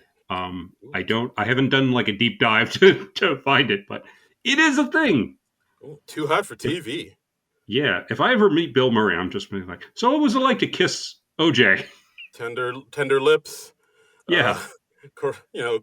Caressed my face, and I mean, I liked how Bill was like talking about Norm Macdonald. And he was like, yeah, he actually made me think, did OJ possibly do it? God damn, Bill Murray's funny. Yeah, I really liked this part. I thought his segment was pretty fantastic. Yeah. So that was one of the highlights of the show for me. For sure. Yeah. So next up, Close Encounter 50th. It's the Close Encounter sketch again with Miss Rafferty. Mrs. Rafferty with Kate McKinnon making her grand return. Another grand return because she did it when she's hosted. Yes. Too. So we got A.D. Bryant. We got John Hamm. I like that John Hamm was in the Space Force. Yeah, that seems right. That feels right. That feels right, and those uniforms are just instantly funny. Space Force. And instead of Ryan Gosling, we got and Cecily Strong, we got Pedro Pascal and Woody Harrelson. So two people who will also crack up. Yes, absolutely. And did. Yeah. And I mean, it pretty much hits the same beats as the other Miss Rafferty sketches do, where two of the people who were abducted by aliens had a pleasant experience with the aliens, but Miss Rafferty was the one whose experience was not as pleasant. Of course, her pants come off almost immediately, as always. There's a lot of rhyming concerning private parts, like the vagity and the tragedy. Yes, her Pokeball and her smoky hole. Yeah. So, you know the drill. Yeah. Gray aliens batting at various private parts of her, and she asks Pedro and Woody to stand up, and she demonstrates things around their nethers. Yeah, Kate McKinnon put her face in people's crotches. Yes, as you do. And Meryl Streep coming out as Mrs. Rafferty's mother. Meryl Streep, her very first appearance on SNL ever. That's right. She has never hosted. She's never cameoed. This is Meryl Streep's. But she has dated Martin Short, so that's cool. Allegedly, I guess I should say. I don't know if they're officially dating. I don't think they've confirmed, but I think pretty much it's an open secret. They're very close. Yeah, very. They hang out a lot with no pants. Okay. Am I getting too dirty? A tad. Okay. All right. Sorry. I love, John. I don't know what to tell you. Okay. All right. L'Amour. That's what I'm all about. So we see Meryl Streep having fun, and how often do you get to see Meryl Streep blow a line and break in a comedy sketch? Yeah. How often? It's like that's one thing. She has a few good lines. Like she talked about how the Rafferty women always have an interesting past with aliens. She thought Colleen's dad was part alien. Turns out he was just uncircumcised. Yeah, and I liked her line about the devil wears nada. Yeah, that was a good one. But that was cute. Yeah, but like she does kind of fumble a little bit through some lines, and stumbles over a few things Yeah, here and there. which is fine. It's Meryl Streep. Yeah. I'm not going to get mad at her for that. Exactly. I'm not going to be like, what a unprofessional. Yeah, what a hack that Meryl Streep is. You'll never make it in this town, Streep. I thought this was funny. I did think it was too long. It's like 8 minutes 44 seconds, so it's a long one. It is, yeah, 8 minutes. God, I didn't even realize how long it was. Yeah, see, I would have liked it more if it was like 5, but yeah, but yeah, like I feel like they maybe could have tightened it up a little bit, but I still had fun with it. I'd say. Yeah, yeah. I liked how they talked about how at the end of their experience they were kicked out by the aliens. They fell to Earth and landed on Phil McDermott. A.D. Bryan asked, well, who's Phil McDermott? And I think Meryl said, oh, well, that's the man whose family probably wished they would have went with the closed casket. Yeah, that's cute. I was like, all right, there we go. That's a way to end a sketch. I mean, the alien abduction sketches with Mrs. Rafferty, we've done it a lot, and Kate did it in her goodbye show. She did it again when she came back to host. So we've seen a lot. I haven't missed this sketch in a big way, I would say. It's reliably funny, but I wasn't like, oh yes, finally. So yeah, a little mixed. Little mixed. Speaking of little mixed, well, actually not really little, but little mixed. That's a good name for a rapper. Yeah, Little Mix on the MIC. Oh shit. Chad and 8H. It's just this is another weird thing where they show a name on screen, they call it the stagehand on screen, and then when they put it up on YouTube, it's Chad and 8H. So, okay. Yeah, okay. But yeah, so it's another pre-tape. We have Lorraine Newman coming back to Studio 8H, just wanting to look around to see, her old stomping grounds where her drinking in the memories. Drinking it in, baby. And hey, look who we have here. It's Pete Davidson as Chad again, as one of the stagehands. Okay. It's pretty much that. And then Chad, you're still indifferent to everything. You still don't react to anything. You did. Oh, how I never tire of you and your antics. Yeah. So Antic. Singular. Keep playing that one note, Chad. It's a great note. Yeah. So okay. Okay. Okay. It's Quentin Tarantino with us? Okay. Yeah. Okay. Here's what I didn't like about the sketch. All right. Okay. So you got Pete Davidson, and he's reprising this character. But the bit with this character is he's like indifferent to everything. Okay. So by definition, he can't really have any big reactions or anything. So there's always sort of a ceiling on what the sketch can do. All right. But at the same time, you got a nice spotlight for Lorraine Newman, who's one of the OG SNL not ready for primetime players. So, I'm very mixed on it. Okay? Okay? Thank you, Tarantino. Wow, look at that. Words from the maestro. Hey, I just stepped out for a minute. Did anything happen while I took that bathroom break? You missed Leonard Cohen and Quentin Tarantino. They were both here. Wow. This is the really? Yes, this Quentin is like Tarantino. Star-studded event. Stars come out for the SNL nerds. Okay, well, I got to get this IBS under control because I miss the coolest people when I run off to the bathroom. Too much information. But the pipes are clean.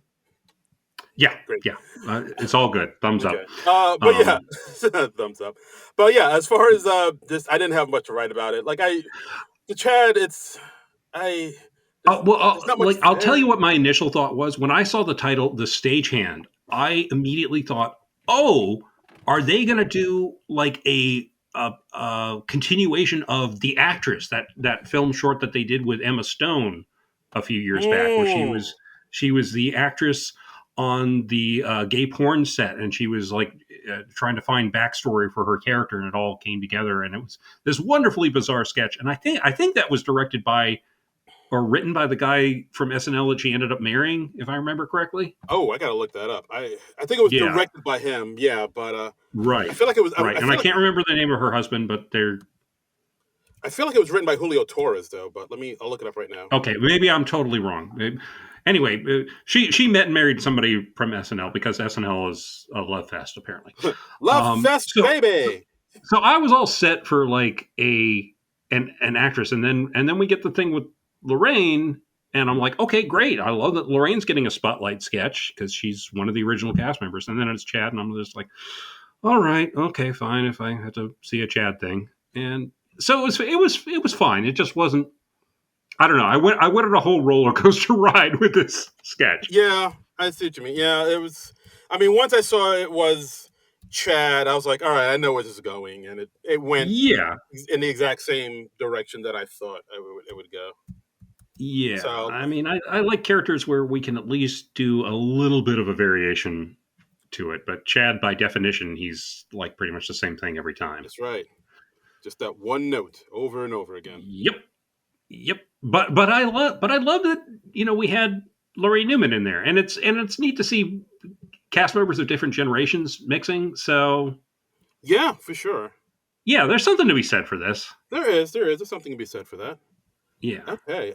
So next up, what do we got next? Oh yeah, we got the Jack Nicholson. Oh, I shouted, "Oh shit, Jack Nicholson!" Yeah, because Jack Nicholson, he doesn't make many public appearances now. I think he's been at a Lakers game. Yeah, I mean, well, he's in the last few officially years, and yeah.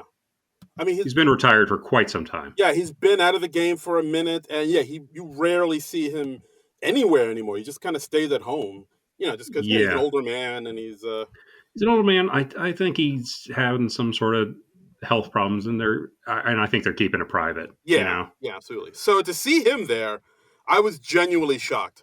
I was like, "Oh shit, whoa!" And he was there to introduce Adam Sandler, singing Adam Sandler's song 50 Years. Yeah, his old anger management co-star Adam Sandler. That's right. That classic film. We got to watch that one sometime. I haven't seen it since it was out in the theaters, and I remember when it was out in the theaters, I was just I'm very conflicted because I love Jack Nicholson, but I don't like Adam Sandler. Yeah. So what do I do? Do these two things cancel each other out, or do I go see this? And will this be the Chad and 8H of movies? Yes, yes. I didn't know what Chad and 8H was then because it didn't exist yet, I'm pretty sure. But because I think that movie came out something like 20 years ago. Something like that. I think it came out in the early aughts. I remember seeing it and thinking it was okay. But yeah, I didn't hate it, as I recall. I haven't seen it since it was out, but that would be interesting to watch or rewatch sometime. Okay, maybe we'll put it on the list. Anyway, so Sandler, he did the song 50 Years. Yeah. I'm looking at my notes. I have very random notes for this one because I didn't rewatch this one, but I really like this. Yeah, he plays sentimental songs very well, like talking about the little things, 50 years of sketches killing at read through but not getting picked because the host didn't want to take his shirt off. Yes. I also liked how he gave nods to people and the crew, like Nurse Teresa and Cue Card Wally. We got a Cue Card Wally sighting. Drunk Wally holding the cue cards upside down, and we see Wally in a tux and holding that exact cue card upside down. Yeah, and people talking about wondering who's going to take over when Lauren retires, and we all know it'll be Speedy. And then we get a shot of Speedy Rosenthal, who works in the music department. Been there. Okay. He has been there since 2001. Nice, nice, yeah. Impressive beard on Mr. Rosenthal there. Magnificent. Yes, I quite enjoyed that. And talking about finding out your favorite musician is anti-Semitic. Oh, wonder who that was. I'm very curious now. Cough, cough. Kanye West. Cough, cough. Yeah, probably. And waking up on Sunday afternoon depressed. That's just Sunday for me. That's just Sunday, and also Monday through Saturday. That's just a day. That's just a day. I love, I love that he gave a shout out to all sorts of cast members, and they were really blended in the song well. He mentioned Hartman the Glue, and he gave a shout out to the crew members, and this just kind of cemented what I've heard is that Sandler is one of the nicest guys in show business. Yeah, and I mean, it just seemed really thoughtful. I really like that there was an emphasis on the crew and that they got shout outs throughout the night. Yeah, for sure. During the Q&A, during the anxiety song, during this, it was great. And Yeah, I got a little teary at the end. Yeah, I'm not made of stone. yeah. I'm a man. I'm made of I'm flesh a and man. bone. I'm a human man. Yeah, I have feelings and shit. I emote. I have a I'm heart. not. I am not 100% dead inside. I am like 98% dead inside. That's right. That 2%. That's That 2% is like a soft, gooey center. yeah. It's like a Rolo.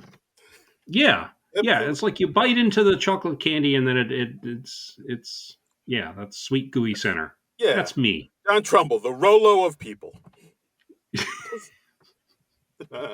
Yes, that's me. The Rolo of people. But yeah, I would agree with you. I thought it was like a nice, sentimental, sweet Yeah, song. I liked how she gave shout outs to some cast members that like kind of get overlooked, like Tim Kazurinsky and Ellen Cleghorn. yeah, yeah, And Tom Davis, and of course, mentioning the big names, the people he worked with, like Farley and Norm, of course, and yeah, yeah. so like yeah, another highlight, I'd say. This was another highlight of the show. It was sentimental, but it didn't forget to be funny, which is that's a sweet spot that you want on the anniversary show, I think. Absolutely. So Okay, so next up, New York 50th musical. wow, This was a long one. it's a long one, but you expect it to be a long Mm. one because we know the drill with these John Mulaney musical numbers. I I did not dare to hope for another Diner Lobster on the anniversary show.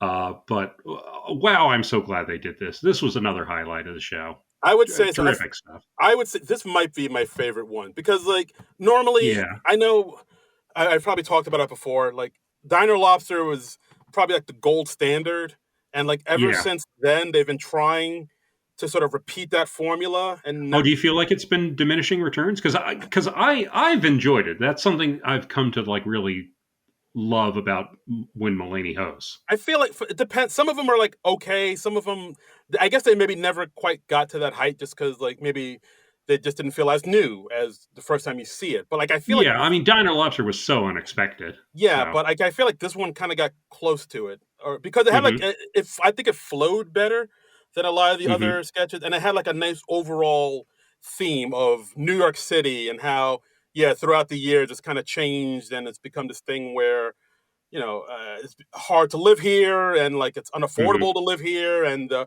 right, art and scene and the music scene are kind of dying out, but at the same right. time you still have to find the love for it and persevere type of thing. Like I don't know. I got a kick out of this one, I'd say. Yeah, we got Mulaney. He's a hot dog heroin vendor. Mm. And Pete Davidson and David Spade are the two young guys who just moved to the city, and they're both the same age. Don't question it. We've got Adam Driver and Maya Rudolph playing hot dog and heroin. They sing "Shame" to the tune of "Fame." Um, let's see, we got Paul Schaefer on a keytar. Yeah. We got G.E. Smith.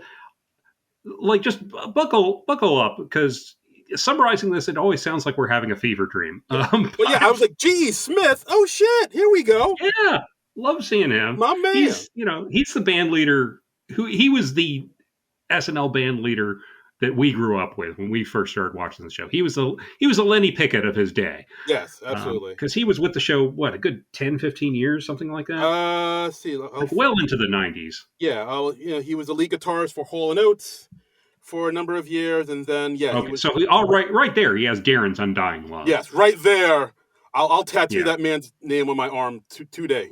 Right there, Darren has a shrine for G.E. Smith in his apartment. My man.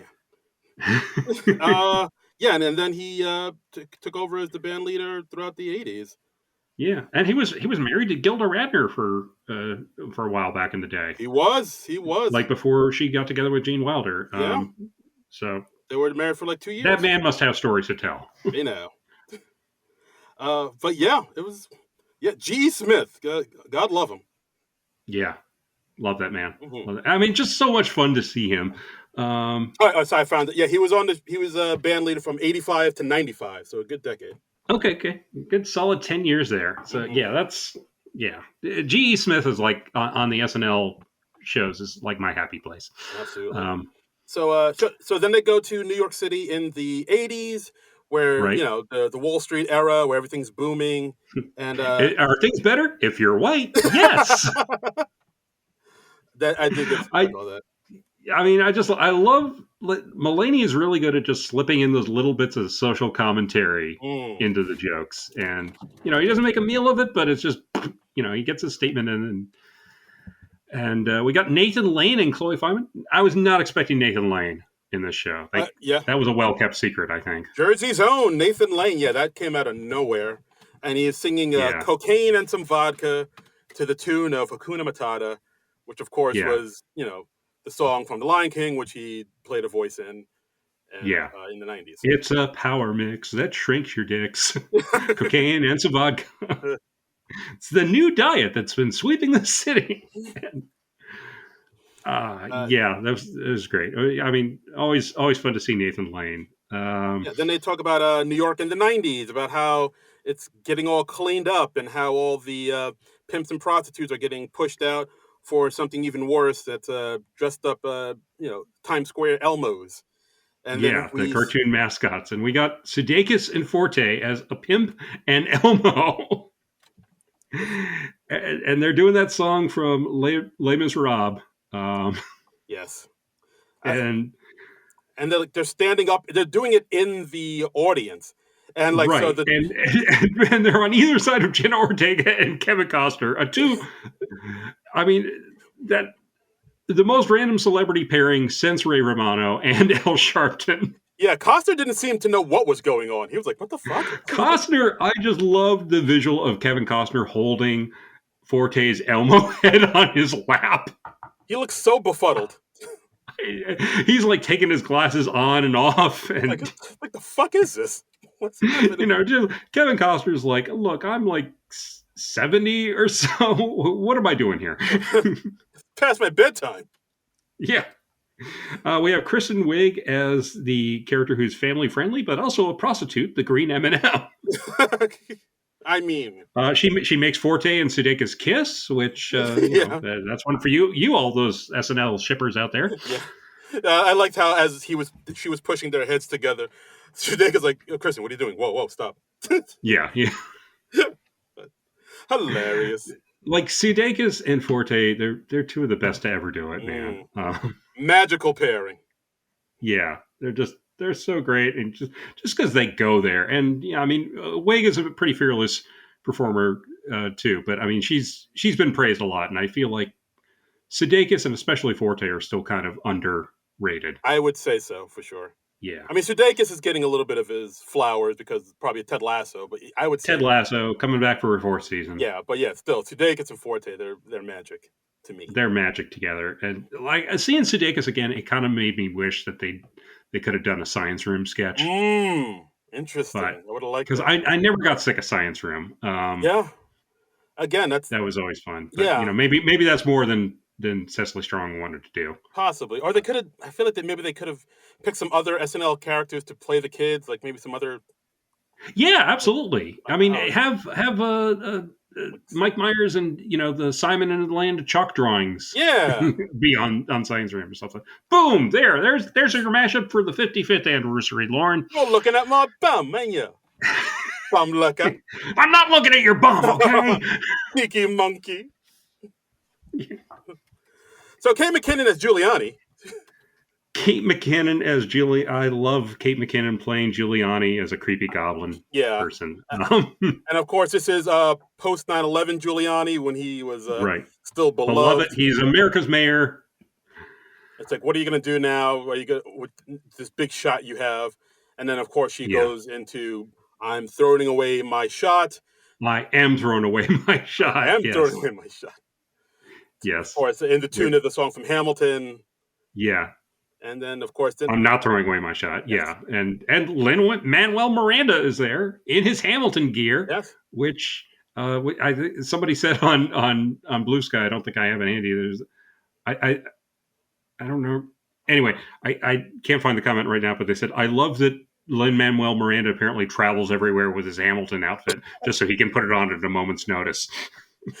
He's like Superman. He just rips off his shirt, his dress shirt, and it's underneath that.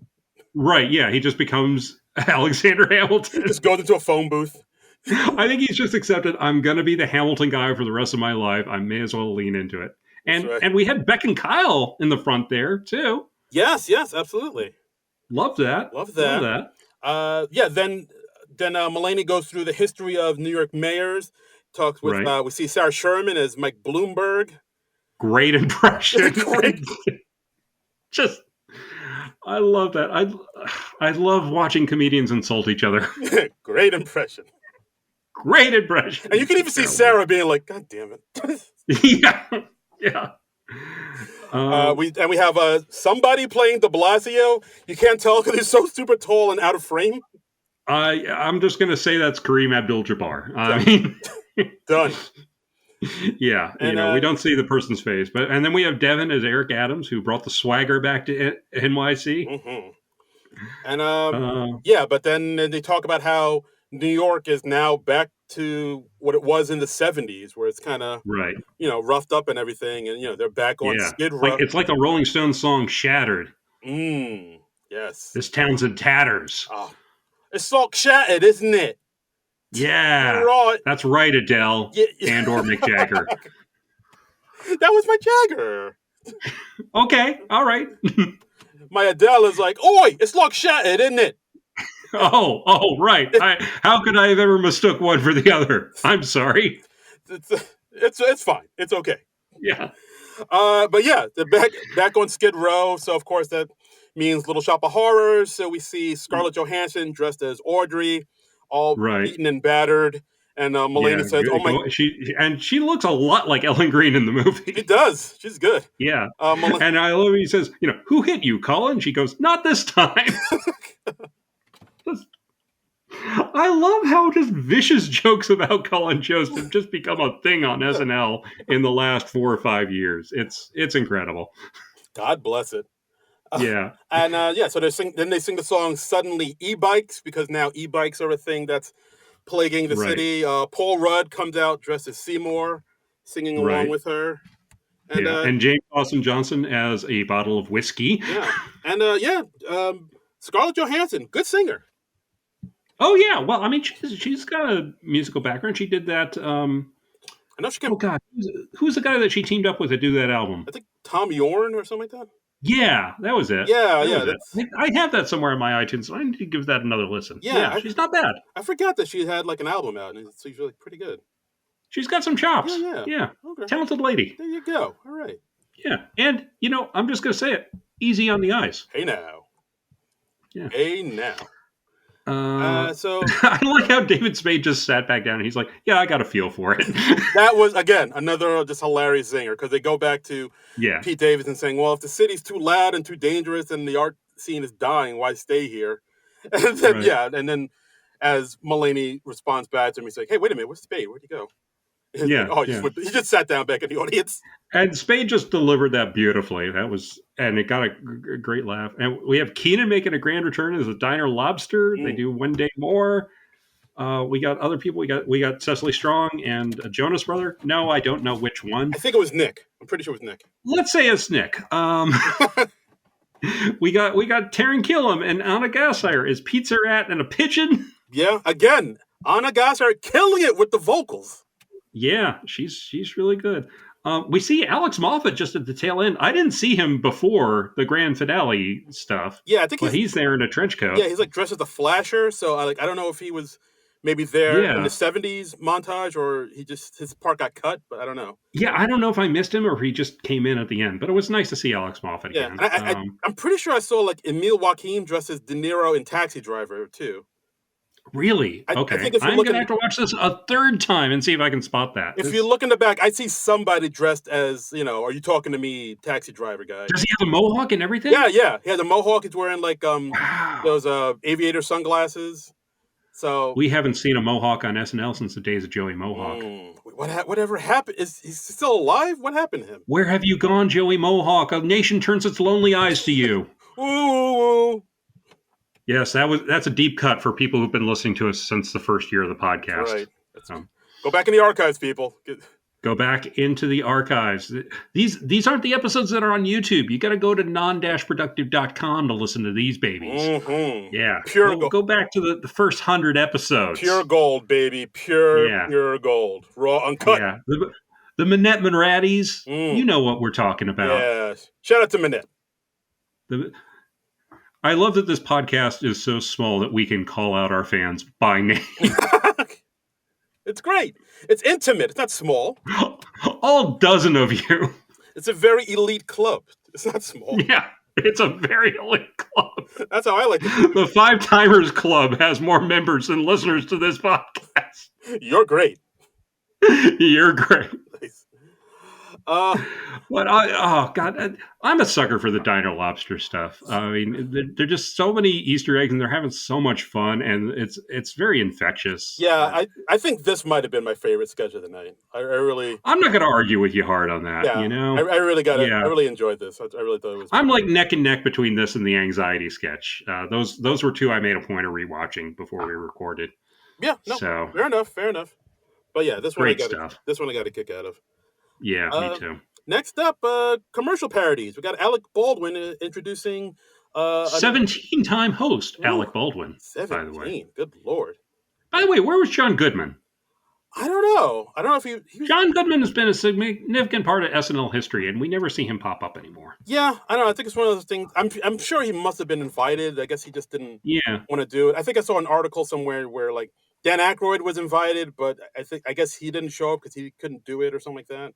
So, right, and Bill Hader wasn't there. Yeah, I think he politely declined. If I'm not mistaken. I didn't see Dana Carvey at all. Yeah, that was kind of surprising too. And I have no idea why any of these people weren't there. I love them, and I wish I could have seen them.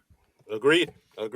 So anyway, Baldwin introducing best commercial parodies. I like that he had the sponsorship of Third Year Veneers, because like most people, when they get to SNL, they have no money and jacked up teeth. Yes. and Third Year Veneers. Yes, and also brought to you by After Update PM. Having trouble sleeping? Try After Update. It's like all the sketches After Update will put you right to sleep. Yeah. Nice. And so yeah, this is just kind of a rapid fire thing. They're not showing anything in its entirety. We got Oops, I Crapped My Pants. We got Little Chocolate Donuts. We got Colon Blow. We got the Chia hair thing. Yeah. Where I don't remember exactly what that one was called. We got the Love Toilet. We got Schmidt's Gay. We got Old Glory Insurance, where the robots are stealing your medicine because they need it for food.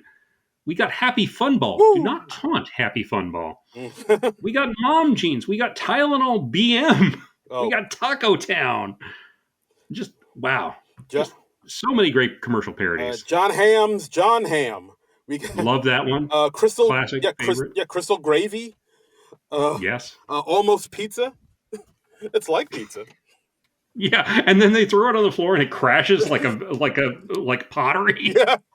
I love that pre-tape so much. It's hilarious. Yeah, I'd forgotten that one. But the Dunkin' Donuts commercial with Casey Affleck. Oh yeah, the Boston guy. Yeah. The Tostinos commercial with Vanessa Bayer and Kristen Stewart. Oh yeah, where they're having like the secret love affair during the Super Bowl. Yeah. Yes, that was dramatic. That really went to a place I didn't expect it to. Yeah, I got to rewatch that one. Heroin AM, Wells for Little Boys, just a lot of the classics. Wells for Little Boys, that was a funny one. We both liked that one, as I recall. I did, yeah. That one happened sometime when we might have still been recording in the studio at that point. Could be. I know that was on one of the that was the Emma Stone episode she hosted, and I'm pretty sure that was written by Julio Torres, if I'm not mistaken. Nice. Okay. It was a good one. So yeah, just a collection of commercials throughout the years. Yeah. Next up, good stuff. A nice trip down memory lane. I enjoyed that, and that's how you do it. That's how you do a montage. That's the way you do it. Even Rocky had a montage. Yeah. I forget the rest of it. That song. Yeah. But now next up, we got Bronx Beat. Bronx Beat with Maya and Amy. Mm-hmm. They seem to have a little mic trouble at the beginning. It was a little staticky. Yeah, there was something going on with the mics. And we're seeing like the shadow of the boom mic in the background, and I don't know. I remember reading on the 40th anniversary that there were a few technical screw-ups during that special because they weren't really using the regular crew. And I wonder if there's something like that happened this time around. I don't know. Very possible. Yeah. The mic issues were like very prominent. You could definitely like something happened. I don't know Yeah. what, but I mean, Yeah. credit to Maya and Amy for plowing through and not letting it trip them up too much. But yeah, it Yeah. was pretty apparent something was up. And we had Miles Teller in there, which just seemed really random. I mean, he's hosted once, Yeah, um, and he has to explain to him that he was in Top Gun Maverick, which they keep calling Top Gun 2. yeah. I think the Miles Teller thing kind of weirded me out because I guess Miles Teller is more famous than I realized because I never saw Top Gun Maverick. And I guess that kind of put him over the top and made him a real honest to goodness celebrity. Um, yeah, I guess. I mean, he's. I don't know if he's like that big. Like, Is he a household name now? I don't know. I I would say no. Like, I Okay. mean, I know the thing that put him on the map was Whiplash? Whiplash, which is a fantastic movie. I fucking love Yeah, that movie. I was late coming to the Whiplash party, but it is a great movie, and I just saw Damien Chazelle's next movie, La La Land, Mm, and that was also great. yeah, yeah, they're both So fantastic movies, and that's the one that kind of broke him. But then, I mean, he's done other then movies. he did that Fantastic Four movie, Uh, the bad one. uh, No, not that bad Fantastic Four movie. The other bad Fantastic Four movie. No, not that bad Fantastic Four movie. The other one. four. No, not the Roger Corman one. Yes, No, it's the other, no, not the one they made two of. the No, other one. it's the other bad Fantastic Four movie. Fifth time's the charm, John. I'm sure this next one's going to be great. Oh god. Oh boy. It's gonna be so great. I know. I feel like Charlie Brown ringing up to the football that Lucy's saying. It really does feel. The Fantastic Four is 0 for 4. Oh wow. That's just poetry right there. Yeah, it really is. Why can't they get that right? I don't. I don't know. The Incredibles got it right. The Yeah. best Fantastic Four movie is The Incredibles. Yeah, I was like, a part of me was like, does that comic not transfer well to movies? Like, I know some comics don't, but like, Okay, the Mr. Fantastic of it all, and we'll get back to SNL in a minute, but he's asked me important questions about the Fantastic Four, and legally, as a geek, I have to answer it. Mhm. Mr. Fantastic's power of super stretching, that's a little hard to translate into live action. It just looks inherently goofy. Um, they seem to have trouble doing a good thing design. I do like the thing design on this new movie a lot. It's looking good. It's looking like the thing. I'm Okay. liking it. I don't like that he's in a sweater, but I can deal. Okay. Fair enough.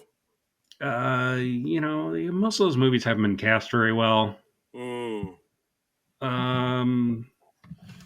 But yeah, I don't know. Yeah. Fair I'm enough. keeping my fingers crossed. I hope they do a good one. All right. Here we go. I like the trailer more than I disliked it. So All right. That's fair enough. That's faint praise. I'll take that. I'm hopeful. I'm cautiously optimistic. Okay. I'm with that. I like it. Yeah, I want them to do it. I want them to do Lee and Kirby proud, and Yeah. I grew up on the John Byrne run too, and Mm. I do want to love me believe. some FF. Yeah, I want to believe. That's how I feel. I got the big Fox Mulder's flying saucer poster up there. I want to believe. Oh God. Please. I want to believe. Don't disappoint me again. So anyway, Miles Teller, he was not good casting for Mr. Fantastic. Yeah, oh no. Well.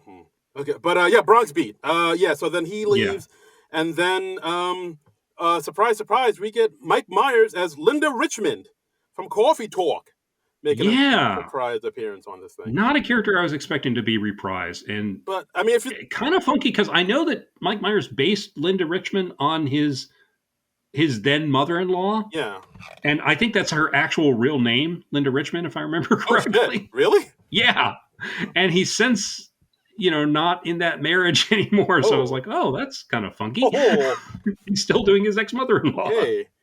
Yeah, I mean, it's a kind of a surprise appearance, but if you think about it, these two characters kind of make sense together. They do mesh. Yeah. Like they're pretty much the same type of archetype of a. They're both New York ladies. New York ladies, no big whoop, Yeah. and it's also good to see Mike in a sketch. I feel like I haven't seen Mike Myers do sketch comedy in forever.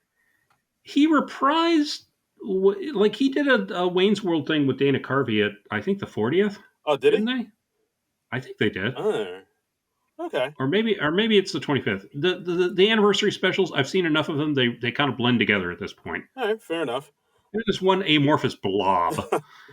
But yeah, like this sketch, I thought it was okay. I feel like again, I feel like this kind of went on a little too long. Like at one point, it just seemed like Mm-hmm. they were kind of trading together. Like a lot of Yiddish words. Like at one point, she says her Zorch is on fire, and I got Okay, here's my theory on the Zorch thing. I think that was a veiled joke about. Wait, was it Land of Zorch or Land of Gorch? Land of Gorch. The But I thought that too. Like Jim Henson. Okay, yeah, I was thinking it was Zorch. But yeah, But like it was Gorch. yeah, but at one point, like the Okay. Yiddish words she was saying kind of sounded like like Land of Gorge and Scred and all the characters in the Right. Jim Henson. Yeah, the Muppet thing that everybody hated. Yeah, So Plubis and whatnot. So I was like, oh, is this like a quick nod to the Jim Henson era? yeah, okay. I'm glad I wasn't the only one thinking No, that, but it was Gorch and not Zorch. So yeah, but I'm still, wrong. it's close-ish, I guess. Close-ish. But yeah, I mean, We're still going to form a conspiracy theory about this. Don't get me wrong. Yes. I'm ordering the string and I'm putting up the bulletin board right now. Yes, we're pacing back. Put on another pot of coffee. We're gonna be here all night if we have to. Yeah. I'm like that. I'm like that Charlie meme from It's Always Sunny in Philadelphia. Yes. You know the one. You know it. But yeah, as far as I thought this was okay. Again, it's good to see Mike in a sketch. He still has it. He's still funny. Yeah. I thought, but yeah. Yeah, he didn't lose a beat with that character, and because it's like an older character, it didn't look weird. It wasn't as weird as seeing him like do Wayne Campbell at his age. Yeah, now. To see him do Wayne, who's supposed to be a teenager at his advanced age, is a little bit much. It struck me that the Bronx Beat ladies, like when they were like trying to build up Miles Teller, I think I was like, you're basically like Vince Vaughn in Swingers. They're like, you're so money and you don't even know it. That's what it felt like. Oh God, Swingers! Oh, that movie's fantastic. I revisited it recently. It's still great. Ooh, I gotta watch it again. Love it. Yeah. But yeah, I didn't take too many notes about the sketch. I thought it was okay, but it just I don't know, kind of left me wanting. What about Lil Wayne and the Roots? Did you take notes on that? I didn't take any notes on that. Well, I'll tell you, they did a medley. They did Uproar. They did Lollipop. They did 6 Foot, 7 Foot. They did Mrs. Officer. Mm-hmm. That's tough to say. Mrs. Officer and A Millie. Yeah. I was very excited when we started out with Uproar because that was the number that Lil Wayne did on the show a number of years back. Oh, okay. And that just blew me away. And I was like, oh, I want to hear Uproar again. But they segued into other songs. But great performance, I thought. I thought it was okay. I feel like this should have been like the first performance, just because it's so high energy and more.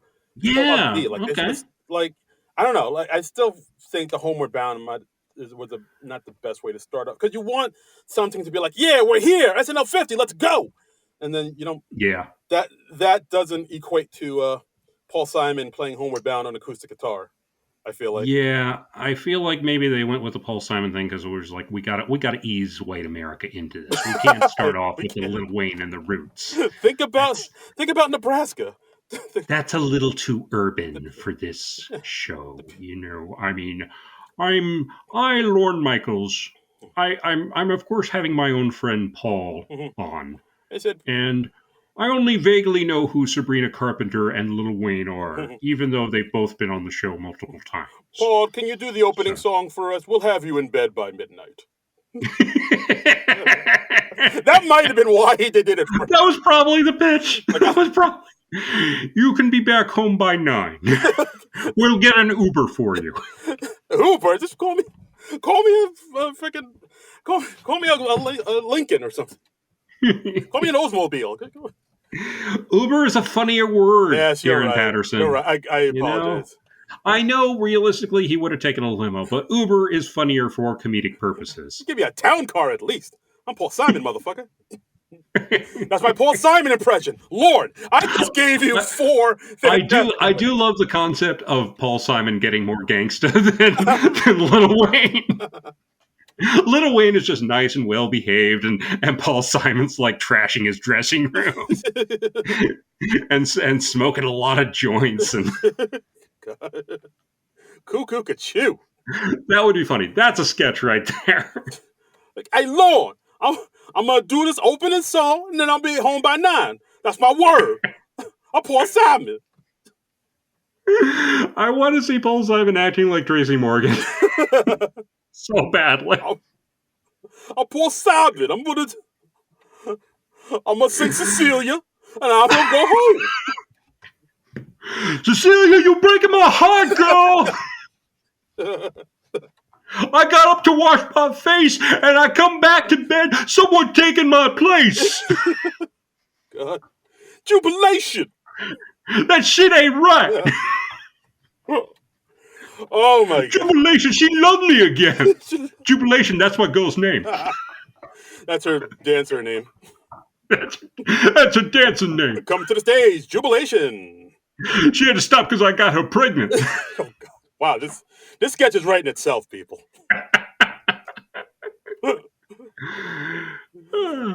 So Little Wayne, yeah, I thought it was all right. Little Wayne, it was good stuff. It was good stuff. Next, we have Mr. Tom Hanks doing an in memoriam segment, but I like the twist that they had on this. Yeah, it wasn't people who've passed away. It was characters and sketches that have aged horribly. I did not see that coming. I thought they would, like, going into the show, I thought, oh, they're probably going to do like a little tribute to all the people who have passed away. And so when this came on, I thought, oh, here it comes. But then I was like, oh, wait, they're doing it about all the problematic sketches they've done and things that have aged poorly. Yeah, interesting. And they're flashing it up on the screen. They show like a montage, and they're like ethnic stereotypes, sexual harassment, underage sexual harassment. Didn't air as long ago as you think, and that was like when Lucy Liu was doing like a geisha girl type thing. Which she was like totally forgotten. Yeah, she was like serving a dog. She cooked to the restaurant. I was like, oh God, I don't remember that. They're showing people in fat suits that are like body shaming, slut shaming, gay panic. They show gay Hitler, who I always loved that character. They say, gay Hitler, is this okay? Not sure. Yeah. Canteen Boy. They showed that. They showed child molestation. Yes. Yeah. They showed the the Lindsay Lohan episode where she was Hermione. Yeah, the Harry Potter sketch. Yeah, with like a very low cut. I legit think she was like 17 when she did that. So something like that. She was I think still somewhere in her teens. I'm not going to look it up. Sabra Price is Right. They showed when go disco. Go to disco. Huh? They showed when Adrian Brody dressed up as like a reggae guy to introduce Sean Paul. That surprised me. Yeah, and that was what got Adrian Brody banned from the show because apparently he didn't get approval to do that. Yeah. He was just like, I'm going to introduce this guy as a Rastafarian because they were like, no, please don't do that. Why? I don't know.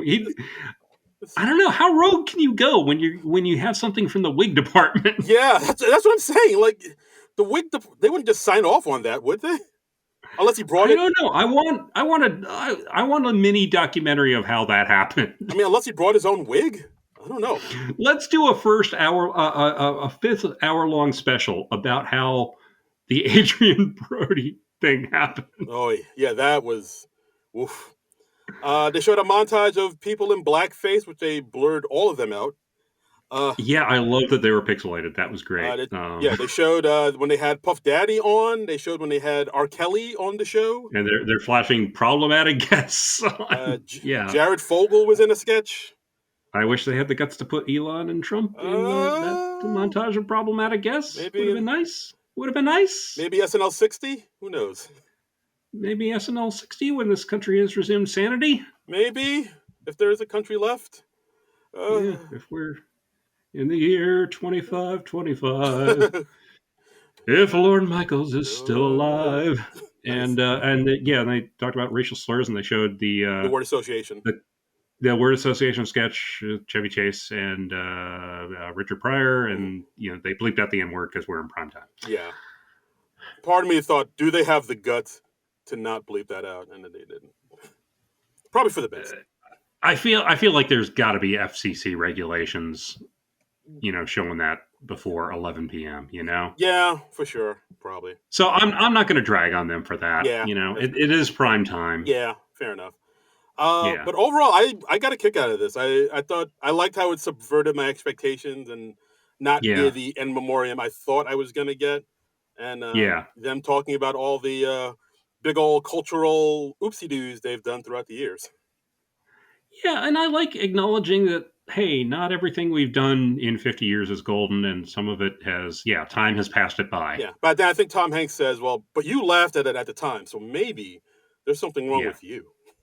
Yeah. Yeah. I like that. I mean, yeah, because it's kind of acknowledging, yes, this stuff is problematic now. We probably shouldn't, reshow the chicken makes lousy house pet guy or Yeah. stuff like that. And yeah, most of the people behind this stuff acknowledge that, yeah, this Oh. this doesn't work anymore, and Oh. maybe it shouldn't have worked then. And Yikes. comedy is a constantly moving Yes. target, Yikes on bikes. Yeah. Yeah, so next up we got the Debbie Downer bar sketch. Debbie Downer bar. We got Jimmy Fallon. We got Ayo Edebere. We got Drew Barrymore. We're on a set that looks very much like the Five Timers Club, Mm-hmm. but it's not apparently. It's according to them. But I feel like they had it handy, and yeah. So Yeah, so they're there. So Jimmy, Ayo, and Drew are there to celebrate SNL50. They want to get some drinks. Who's the bartender? Oh my God, it's Debbie Downer. wah, wah. And yeah, they kick it the theme song, and it's Yep. basically Debbie Downer hitting the same beats, talking about the things like bird flu and you know The fact that there are only two white rhinos that are left in captivity, and they're both female. wah, wah. Wah, wah. And just And yeah, just things that'll bum you out. And her saying, "Oh, it's official. I can't have children." again, or still, Still, yeah. uh, And we got Bobby De Niro. We got a oh, De Niro cameo. oh, this guy. And he tells Debbie Downer, "I don't want to talk about plastic in my balls." And well, who does? Not me. No. Yeah. It's like because I think at that point, um, he gives Bobby De Niro like a straw with a drink in it, and it's like, oh, I'm Yeah. surprised you're using a drink because there's pretty much like little pieces of plastic everywhere. Like our balls are pretty much half plastic at this point. Right. And by the end of the sketch, De Niro is strangling Debbie Downer. Yeah. I felt like this was a very kind of sketch. Wah wah. Yeah. Yeah, this one kind of didn't take off really. I mean, it's lovely to see Rachel Dratch, and Yeah. I'm glad that she got to revisit like her most famous character. But with the Debbie Downer thing, I feel like the main reason that became a hit sketch was because everybody broke in that first one. Yeah, same thing. Like it's basically Lisa from Temecula, where because Yeah. like the sketch. I mean, just because everybody broke in the first time they did it, Hmm. like that kind of gave it more cred and whatnot. Then I guess. Yeah, but that doesn't necessarily mean it should become a recurring thing. Yeah, exactly. Like because like the first time they did it, everybody broke and everybody's like, "Oh, this sketch is hilarious," but then they keep doing it, and it never really hit the other times they've done it because no one broke those other times. So it's like, all right, Yeah, yeah. Well, I mean, the breaking in the first one of those, both those sketches, it worked because it was genuine, spontaneous breaking, and yeah, not so much whenever they redid it. yeah, So yeah, I don't feel like Debbie Downer ever quite worked as well beyond the first one. So, no, agreed. It never quite got there, but but we love Rachel Dratch. we love Rachel Dratch. Mhm. Invite her to the party bus. Invited to the party must. Bam, let's do it. All right. Okay. Mhm. Nice. Nice. Next up, we got Scared Straight. Scared Straight. This is one that word kind of leaked out that this was happening Oh, did it? I didn't know before. that. Yeah, there was a thing on Late Nighter, and I shared it from the SNL Nerds. I keep wanting to say Twitter account, the Blue Sky account. Um, that because like somebody spotted it on the board there when they were discussing. There was a shot of the writers' room, and Okay. somebody spotted Scared Straight on the board or a piece of paper or something like that. So, Okay. so anyway, I knew this was coming, or I knew that at least there was a chance of it coming because could have been cut, wasn't cut. Yeah. True. So in this Uh, one, it's the Scared Straight sketch. We have Sudeikis as the cop. We have right, Mikey Day, Marcello, and Longfellow as the troublesome teens that right. he's The trying. 30-year-old children. Yes, Yes, of course, 30-year-old children. And then, of course, we have Keenan and Eddie Murphy as the two convict inmates trying to scare these kids onto the right path. Eddie Murphy. Is that it? Eddie, let me get this. I Yeah. I, Let's double check the I name. have Eddie Murray written down. Is that Eddie Murray. yes? Okay. He must be like a new featured player or something. Probably new Okay. guy. Hope he makes Yeah. it. Yeah. I mean, I don't know. He seems a little long in the tooth A to little bit. be making a comedy career at this point, Hey, but Rodney Dangerfield started at 45, man, that's true. That's or true. something I like that. stand corrected. Yeah. Um, so Eddie's character, I love that his hair was like half buckwheat, Yes. and it's like half buckwheat and then half braids, Yeah. And I like it. and Yeah. he says, "I don't do anything Yeah, halfway." his nickname's Halfway May or something like that. All the way May because I don't Yeah, do anything halfway. And they never right. address it, but like you look at his hair, it's like, okay. Yeah, Uh, and the gag is that they're telling the kids harrowing tales of their life in prison, but they're always plots from movies that are easily recognizable, like Harry Potter and yeah, Nutty Professor. yeah, And exactly. And I think them saying like, oh, if you don't straighten up, you're gonna be in jail, and it ain't gonna be Harry Potter. It's gonna be some dude named Snape, whipping his thing out saying, "Expect us fellatio," or something like that. expecto Expecto fellatio, yeah. fellatio. And we got Will Ferrell coming in short shorts because sure, why not? Yeah, Will Ferrell in skimpy outfits. That's always been a yeah. go-to. And they say his name is Big Red, and then I think Mikey says like, "Why? Yeah. Is it because of your red hair?" And he's like, "said No, because I'm well read." Yes. And he starts describing how he was abandoned by his parents and then raised by elves at the North Pole. Yes, and it's Elf. I'm talking about Elf. Yeah, yeah. And Eddie drops an MF bomb at one point. Oh yes, he does. I didn't watch the show live. Did that go out uncensored? No, that got bleeped out. I heard something got bleeped out, but I didn't know what it was. But yeah, Oh, okay, so it was on a delay. Okay, I yeah, watched it on Peacock this morning. So, right. okay, But yeah, this one was silly enough. I think, it's pretty good. yeah, I feel like Murphy and Farrell kind of flubbed a few lines here and there, but They were cracking themselves up a bit. yeah, I did like Sudeikis did a little thing towards the end of the sketch, like at the very end, where he like just uh, hops back onto the desk and he hops onto it really, really hard. yeah, That just tickled me. yeah, Yeah, just bam. I yeah. got a kick out of it. Sudeikis is just.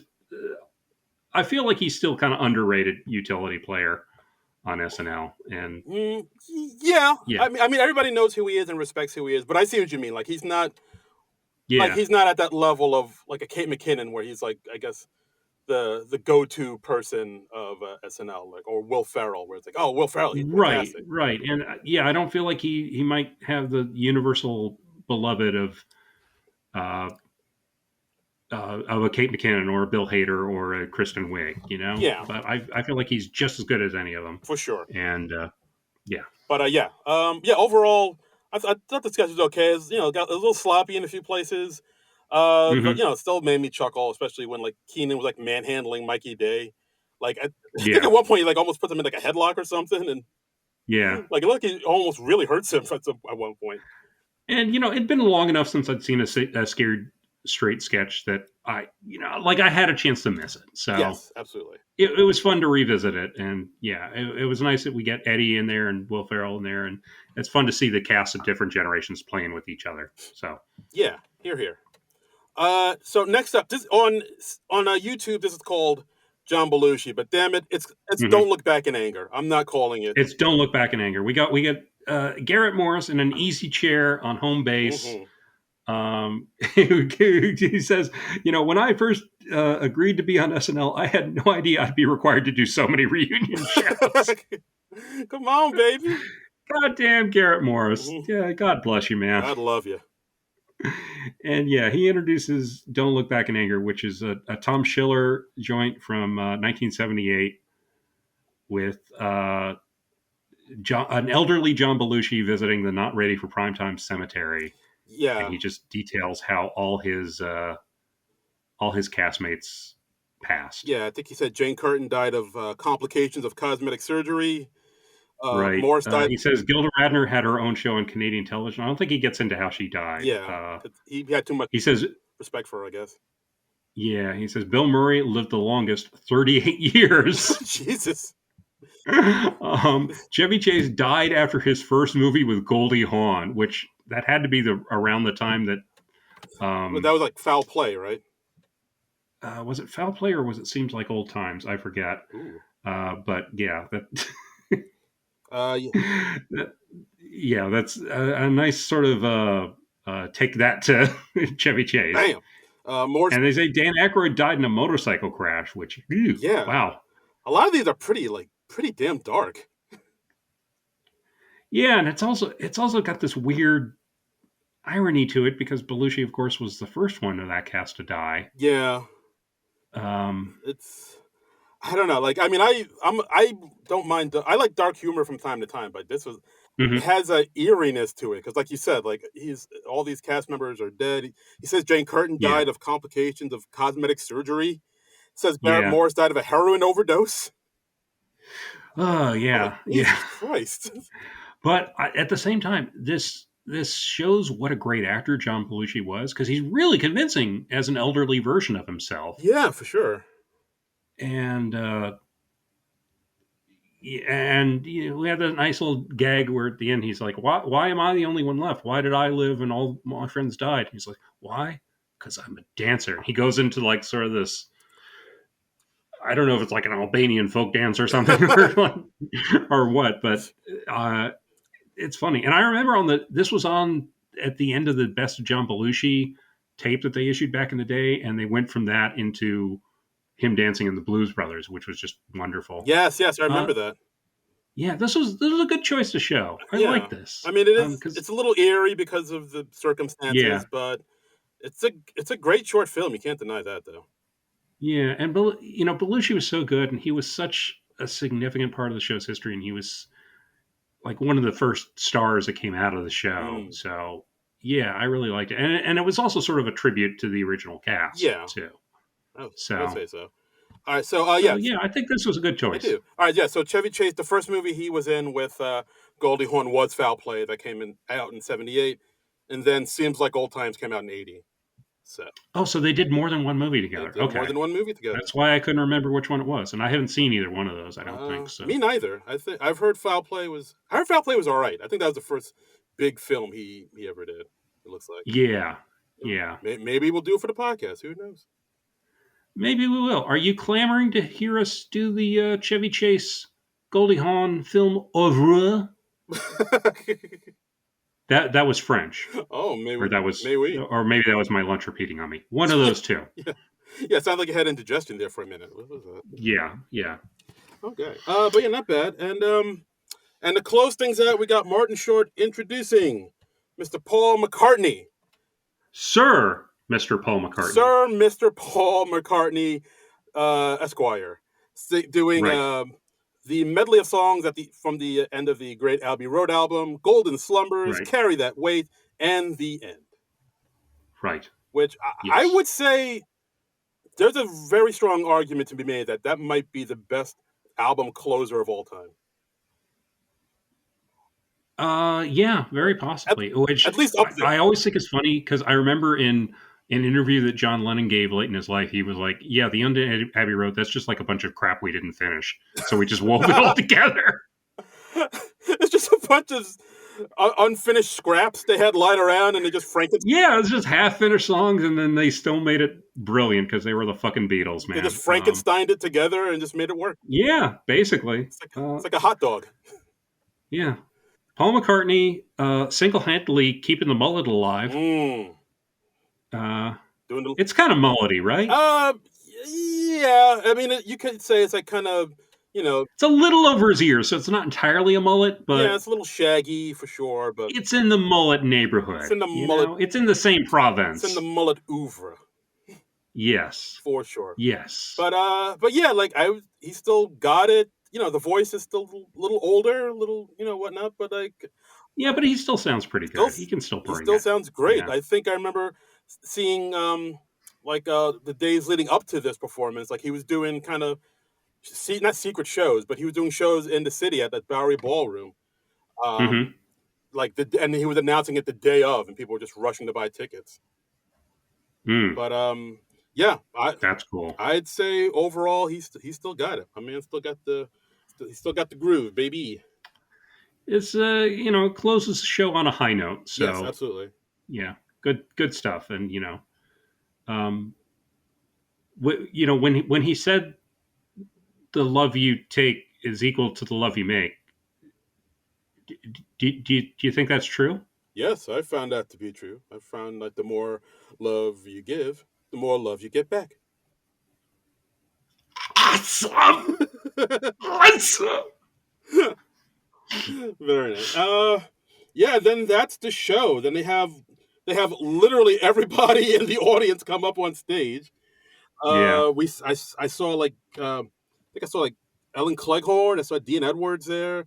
Gary Yeah. Kroger right next to Paul McCartney. Our friend Gary Kroger, who was on this podcast, which episode did we have him on? Was it Oh, on for, it was was it 150, 200, something like that? yes, it was definitely one of our It, it was uh, one of the anniversary shows. Yeah. yes. And great guy. Yeah, Great guy. absolutely. I love him. And yeah, and I also liked how they had Lorraine and Jane hold up an old picture of Gilda. I was like, oh, that's sweet. That got me. That's just I love that. Just Lorraine Newman, and Jane Curtin holding up a picture of Gilda Radner. That was so touching. Yeah, Yeah. and yeah, it was very sweet. So the Gary Kroger episode, that's our 200th episode. So go back and listen. Great listen. Go back and listen. That's a good one. I'm not sure if that one, I don't think that one's on YouTube. I Mm, think I can't remember what episode number kicked in on YouTube. We'll see if we can get some of those older episodes yes. up on the YouTube. But you can go to non-productive.com and listen to our entire back catalog episodes. 324 at this point, plus bonus My episodes. God, that's too Yeah. much. So it really is, especially for us. Yes. Um, Oi, oi, oi. Uh, but yeah, it is one of those things where, like, I know we can be super critical of SNL at times and be kind of jaded about it, but like once you I don't know what you mean. jaded me, uh, No, but yeah, but it's like no, one of those things where when you see something like this, no. Every single thing was great. everything's fantastic, everything's Yep, wonderful. it's all Miley good. Cyrus, best singer of the year. It's all She's a treasure. yes, but it is one of those things. Once you see like the history of the show on stage like that, like the past and Yeah. where they've been to where they are now, you can sort of get caught up in all of it and like like, oh wow, the show's been like a huge part of my life, our lives, Hmm. just comedy in general, and it is pretty awe-inspiring when you just really step back and think about it. Yeah, just the immensity of it all, and I thought this overall was a very good special. I thought it had more good than bad. I felt it was more funny than sentimental, which I like. I don't like it when the show gets too reverent about Mm, itself, and I don't like it when the show gets too sentimental and you know, oh, aren't we great? And I watched the red carpet thing. You said you didn't watch that, I did but not. there was a lot of that, and I was like, oh, I don't like this. This doesn't bode well. But then the show was funny. So Yeah, I know. Like I think we still hold on to those ideals of like comedians shouldn't be the popular kids. Comedians shouldn't be the prom king yeah, and queen. They should be the people in the shadows making fun of all that horseshit. we should be throwing spitballs in the back. We should be making passive aggressive comments about people who are better looking and more successful Yes. than we are. Snide remarks. That's true comedy. That's right. That's right. Hmm. Masking our bitterness. Yeah. Uh, Hilarious. But yeah, overall, I did enjoy this SNL50. I thought it was pretty yeah, I fantastic, mean, pretty swell. for me, yeah, the big highlights are the anxiety, Lonely Island thing, and the New York Mm. musical I'm a sucker for those. I mean, I just love most anything John Mulaney does on the show. So, Hey, where did David Spade go? and I thought the audience Q&A with Tina and Amy were great. Yeah, it was good. It was good. I was very happy, and I feel like they've done a very good job with the 50th anniversary stuff. Yeah, I thought it was good. I guess my only nitpick, I guess, is I feel like they kind of concentrated a lot more on the most recent years of SNL, and again, Hmm. I don't know. Part of me still would like to see them acknowledge a little bit more the Doomanian years and the Ebersol years. But even though I Yeah, know that's not going to yeah, happen because it's the years Lauren wasn't there. But I don't know. it's non-Lorne I stuff. don't know. Yeah, The nerd in me would like to see them acknowledge those years and the years from the '80s. They really didn't touch that much in the '90s. It seemed to more be kind of more like late '90s and early aughts to now. But overall, yeah. Aside from yeah. that, I feel like that was probably at least partly just because they go with who's available mm, and who's able to get there and able to willing to do stuff and willing to come play. yeah, So you're right. yeah, it's probably always going to skew more towards the recent Yeah, stuff fair because enough. yeah. But that's what we think. What do you think, the listeners? We put the word out on Ooh, on the Blue Skies, and yes, and on the Facebook. yes, So yeah, people had things to say. Let me see. We got. Let me get the. well, on a Blue Sky, we heard from the good people at the We Heart Hater podcast, which is a podcast all about Bill Yes. Hader, and the co-host Mm-hmm. Deej says, sad there was no Hader. Was thinking Scared Sure. Straight would be Longfellow, Hernandez, and Dismukes, as long as there was Longfellow. Is it just me, or was Hmm. Longfellow almost into what was being described? Uh, Drunk Uncle and Party Girl somehow made sense. Kim K Agreed. surprisingly good in Welk sketch, and Can't go with you all there, right, we heart hater, but all and right. then says almost forgot it was a nice switch up in the Memoriam, which I agree with. Nice. Hmm. And let's see, our friend Nick Storr, the Adele Mick Jagger hating impressionist guy. Yes, the Limey. Uh, Oi, yeah, Nick, how are you, Lev? he says I enjoyed it. It felt like a topper to the 40th anniversary special. Like if you want the full history, watch them both back to back. Enjoyed the New York musical and Chad more than I thought I should. Looking forward to the Oh wow, podcast. is Keith Richards here in the booth with you? Yeah, Wow. yeah, he's probably not looking forward to it now, but It's like, oh, these Wankers making fun of me accent, isn't it? hopefully that was comprehensible. Yeah, I think so. Um, Our good friend Lee Hot Lion saying, "Hi guys, happy 50th anniversary special. This kind of felt like the 40th anniversary special, but with more participation from cast members from 2015. I think it's a mm, rule. Anytime something big is happening, no new cast members. This felt like a highlight of the past 10 years instead of the past 50 years, but I still enjoyed it. mm. It's funny because a few years before SNL 40 is when I started actually watching the episodes live. I was always watching reruns or the next day, but it was great. I'm glad we could celebrate it all together. Love you guys. Oh, and they have a little heart and a little piece Yay. sign there. Nice, nice. Stephen M. At Super Techie 19 on Blue Sky says, happy with any Cicely Strong appearance. Mm-hmm. And yeah, same. Indeed. Yeah, there was a little more with Cecily than I was expecting. Like, every little, just because she looks like she's going to have that kid any second now. So I was thinking like, oh, that'll be the last we see of Cecily, and then she popped up again. So I was like, oh, well, that's cool. It would, All right. has anybody ever given birth at Studio 8H? That would be. Not that I know of, but like I know Amy Poehler had her first kid like I think the day before a show. Huh. Yeah. Wow. Okay. So she was talking about that recently about like, why she loves John Hamm so much because her OBGYN died Oh, Jesus. just a little before she gave birth. And it was John Hamm's first time hosting. And she was like sobbing when she got the news on the phone because apparently her OBGYN was kind of up there age wise. And John Hamm was talking about this on Seth Meyers' show. And he said, when he got that, Amy was very distraught. And John Hamm walks over and he says, hey, look, I know this is a really tough time for you, but this is also a really big show for me, so I'm really going to need you to get your shit together. And he says this in a playful way.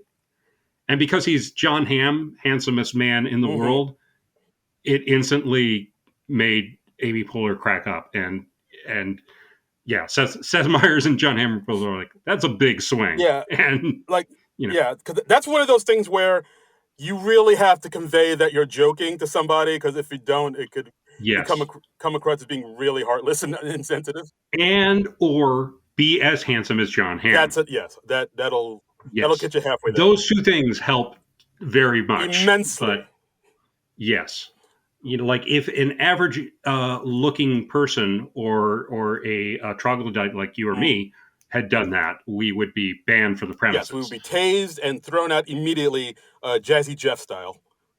And rightfully so. Yes. But John Hamm does not live in the he's in the handsomest bubble. Yes. So he lives a world that we can only dream of.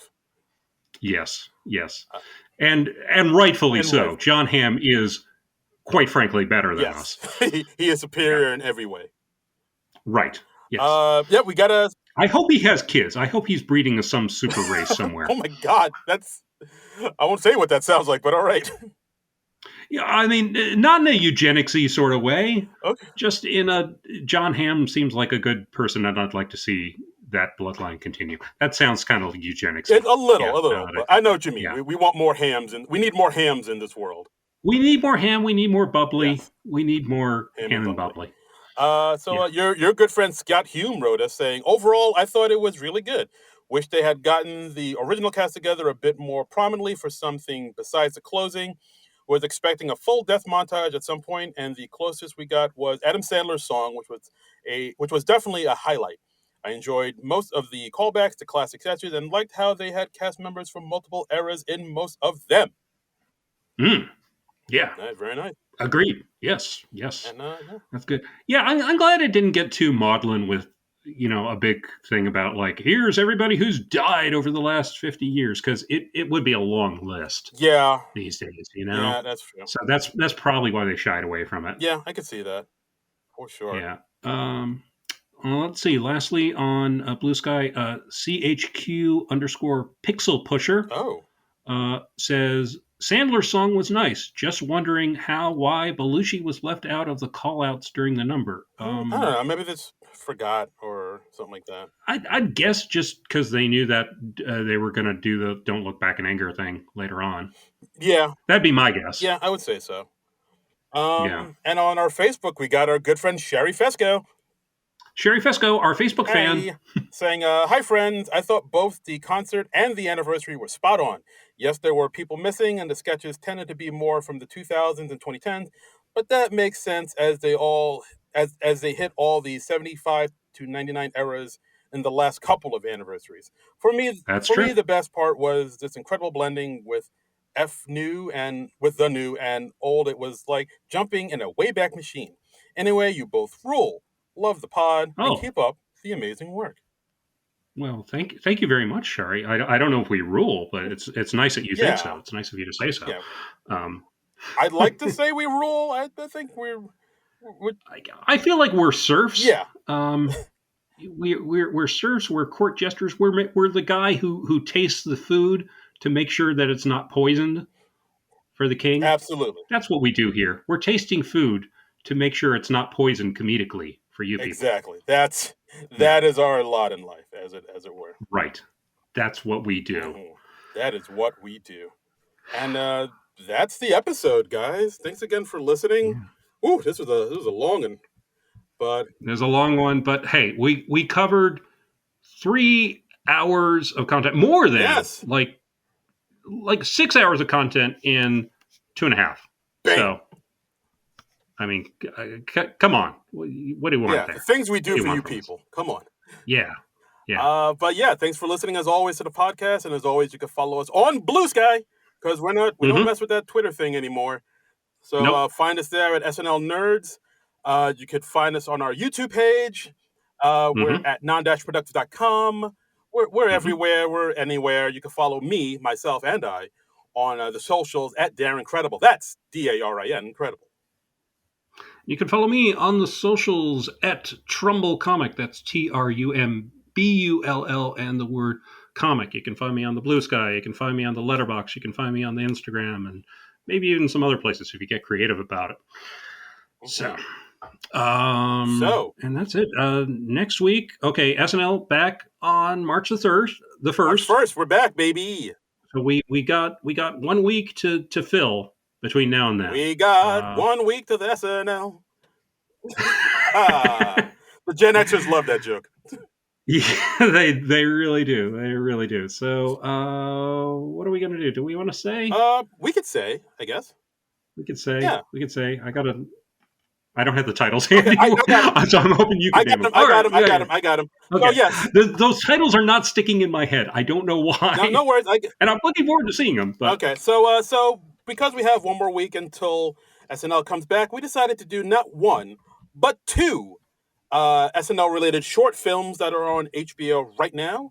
One is called 7 Days in Hell, tennis mockumentary starring Andy Samberg, Kit Harington, Lena Dunham, Karen Gillian, and Mary Steenburgen, and also Tour de Pharmacy, which also stars Andy Samberg, John Cena, Daveed Diggs, Orlando Bloom, and Freddie Highmore, which is another mockumentary about cycling. Yeah, and they're both like shortish. I think they're both around 40 minutes or so. Yeah, so that's why we're doing both of them, because we figure let's double them up. Yeah. Let's double them up and do them both.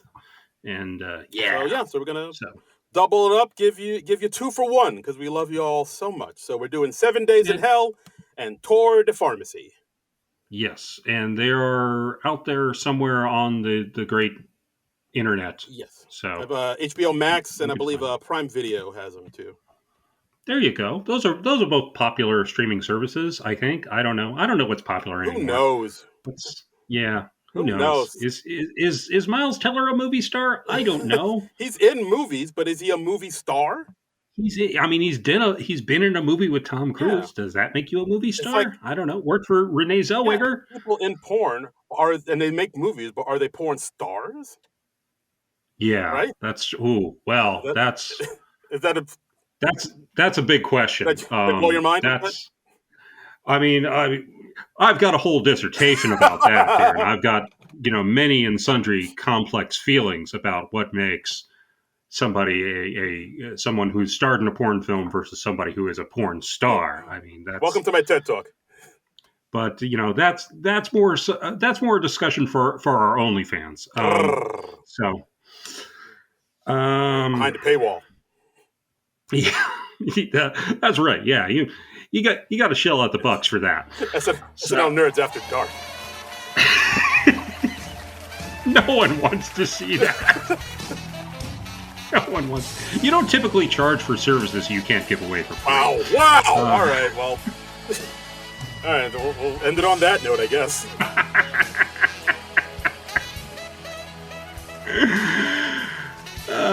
Anyway, we'll be back next week with those 2 features.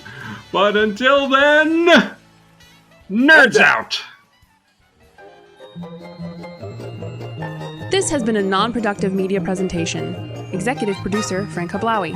This program and many others like it on the Non-Productive Network is distributed under a Creative Commons Attribution Non-Commercial No Derivatives license. Please share it, but ask before trying to change it or sell it. For more information, visit non-productive.com.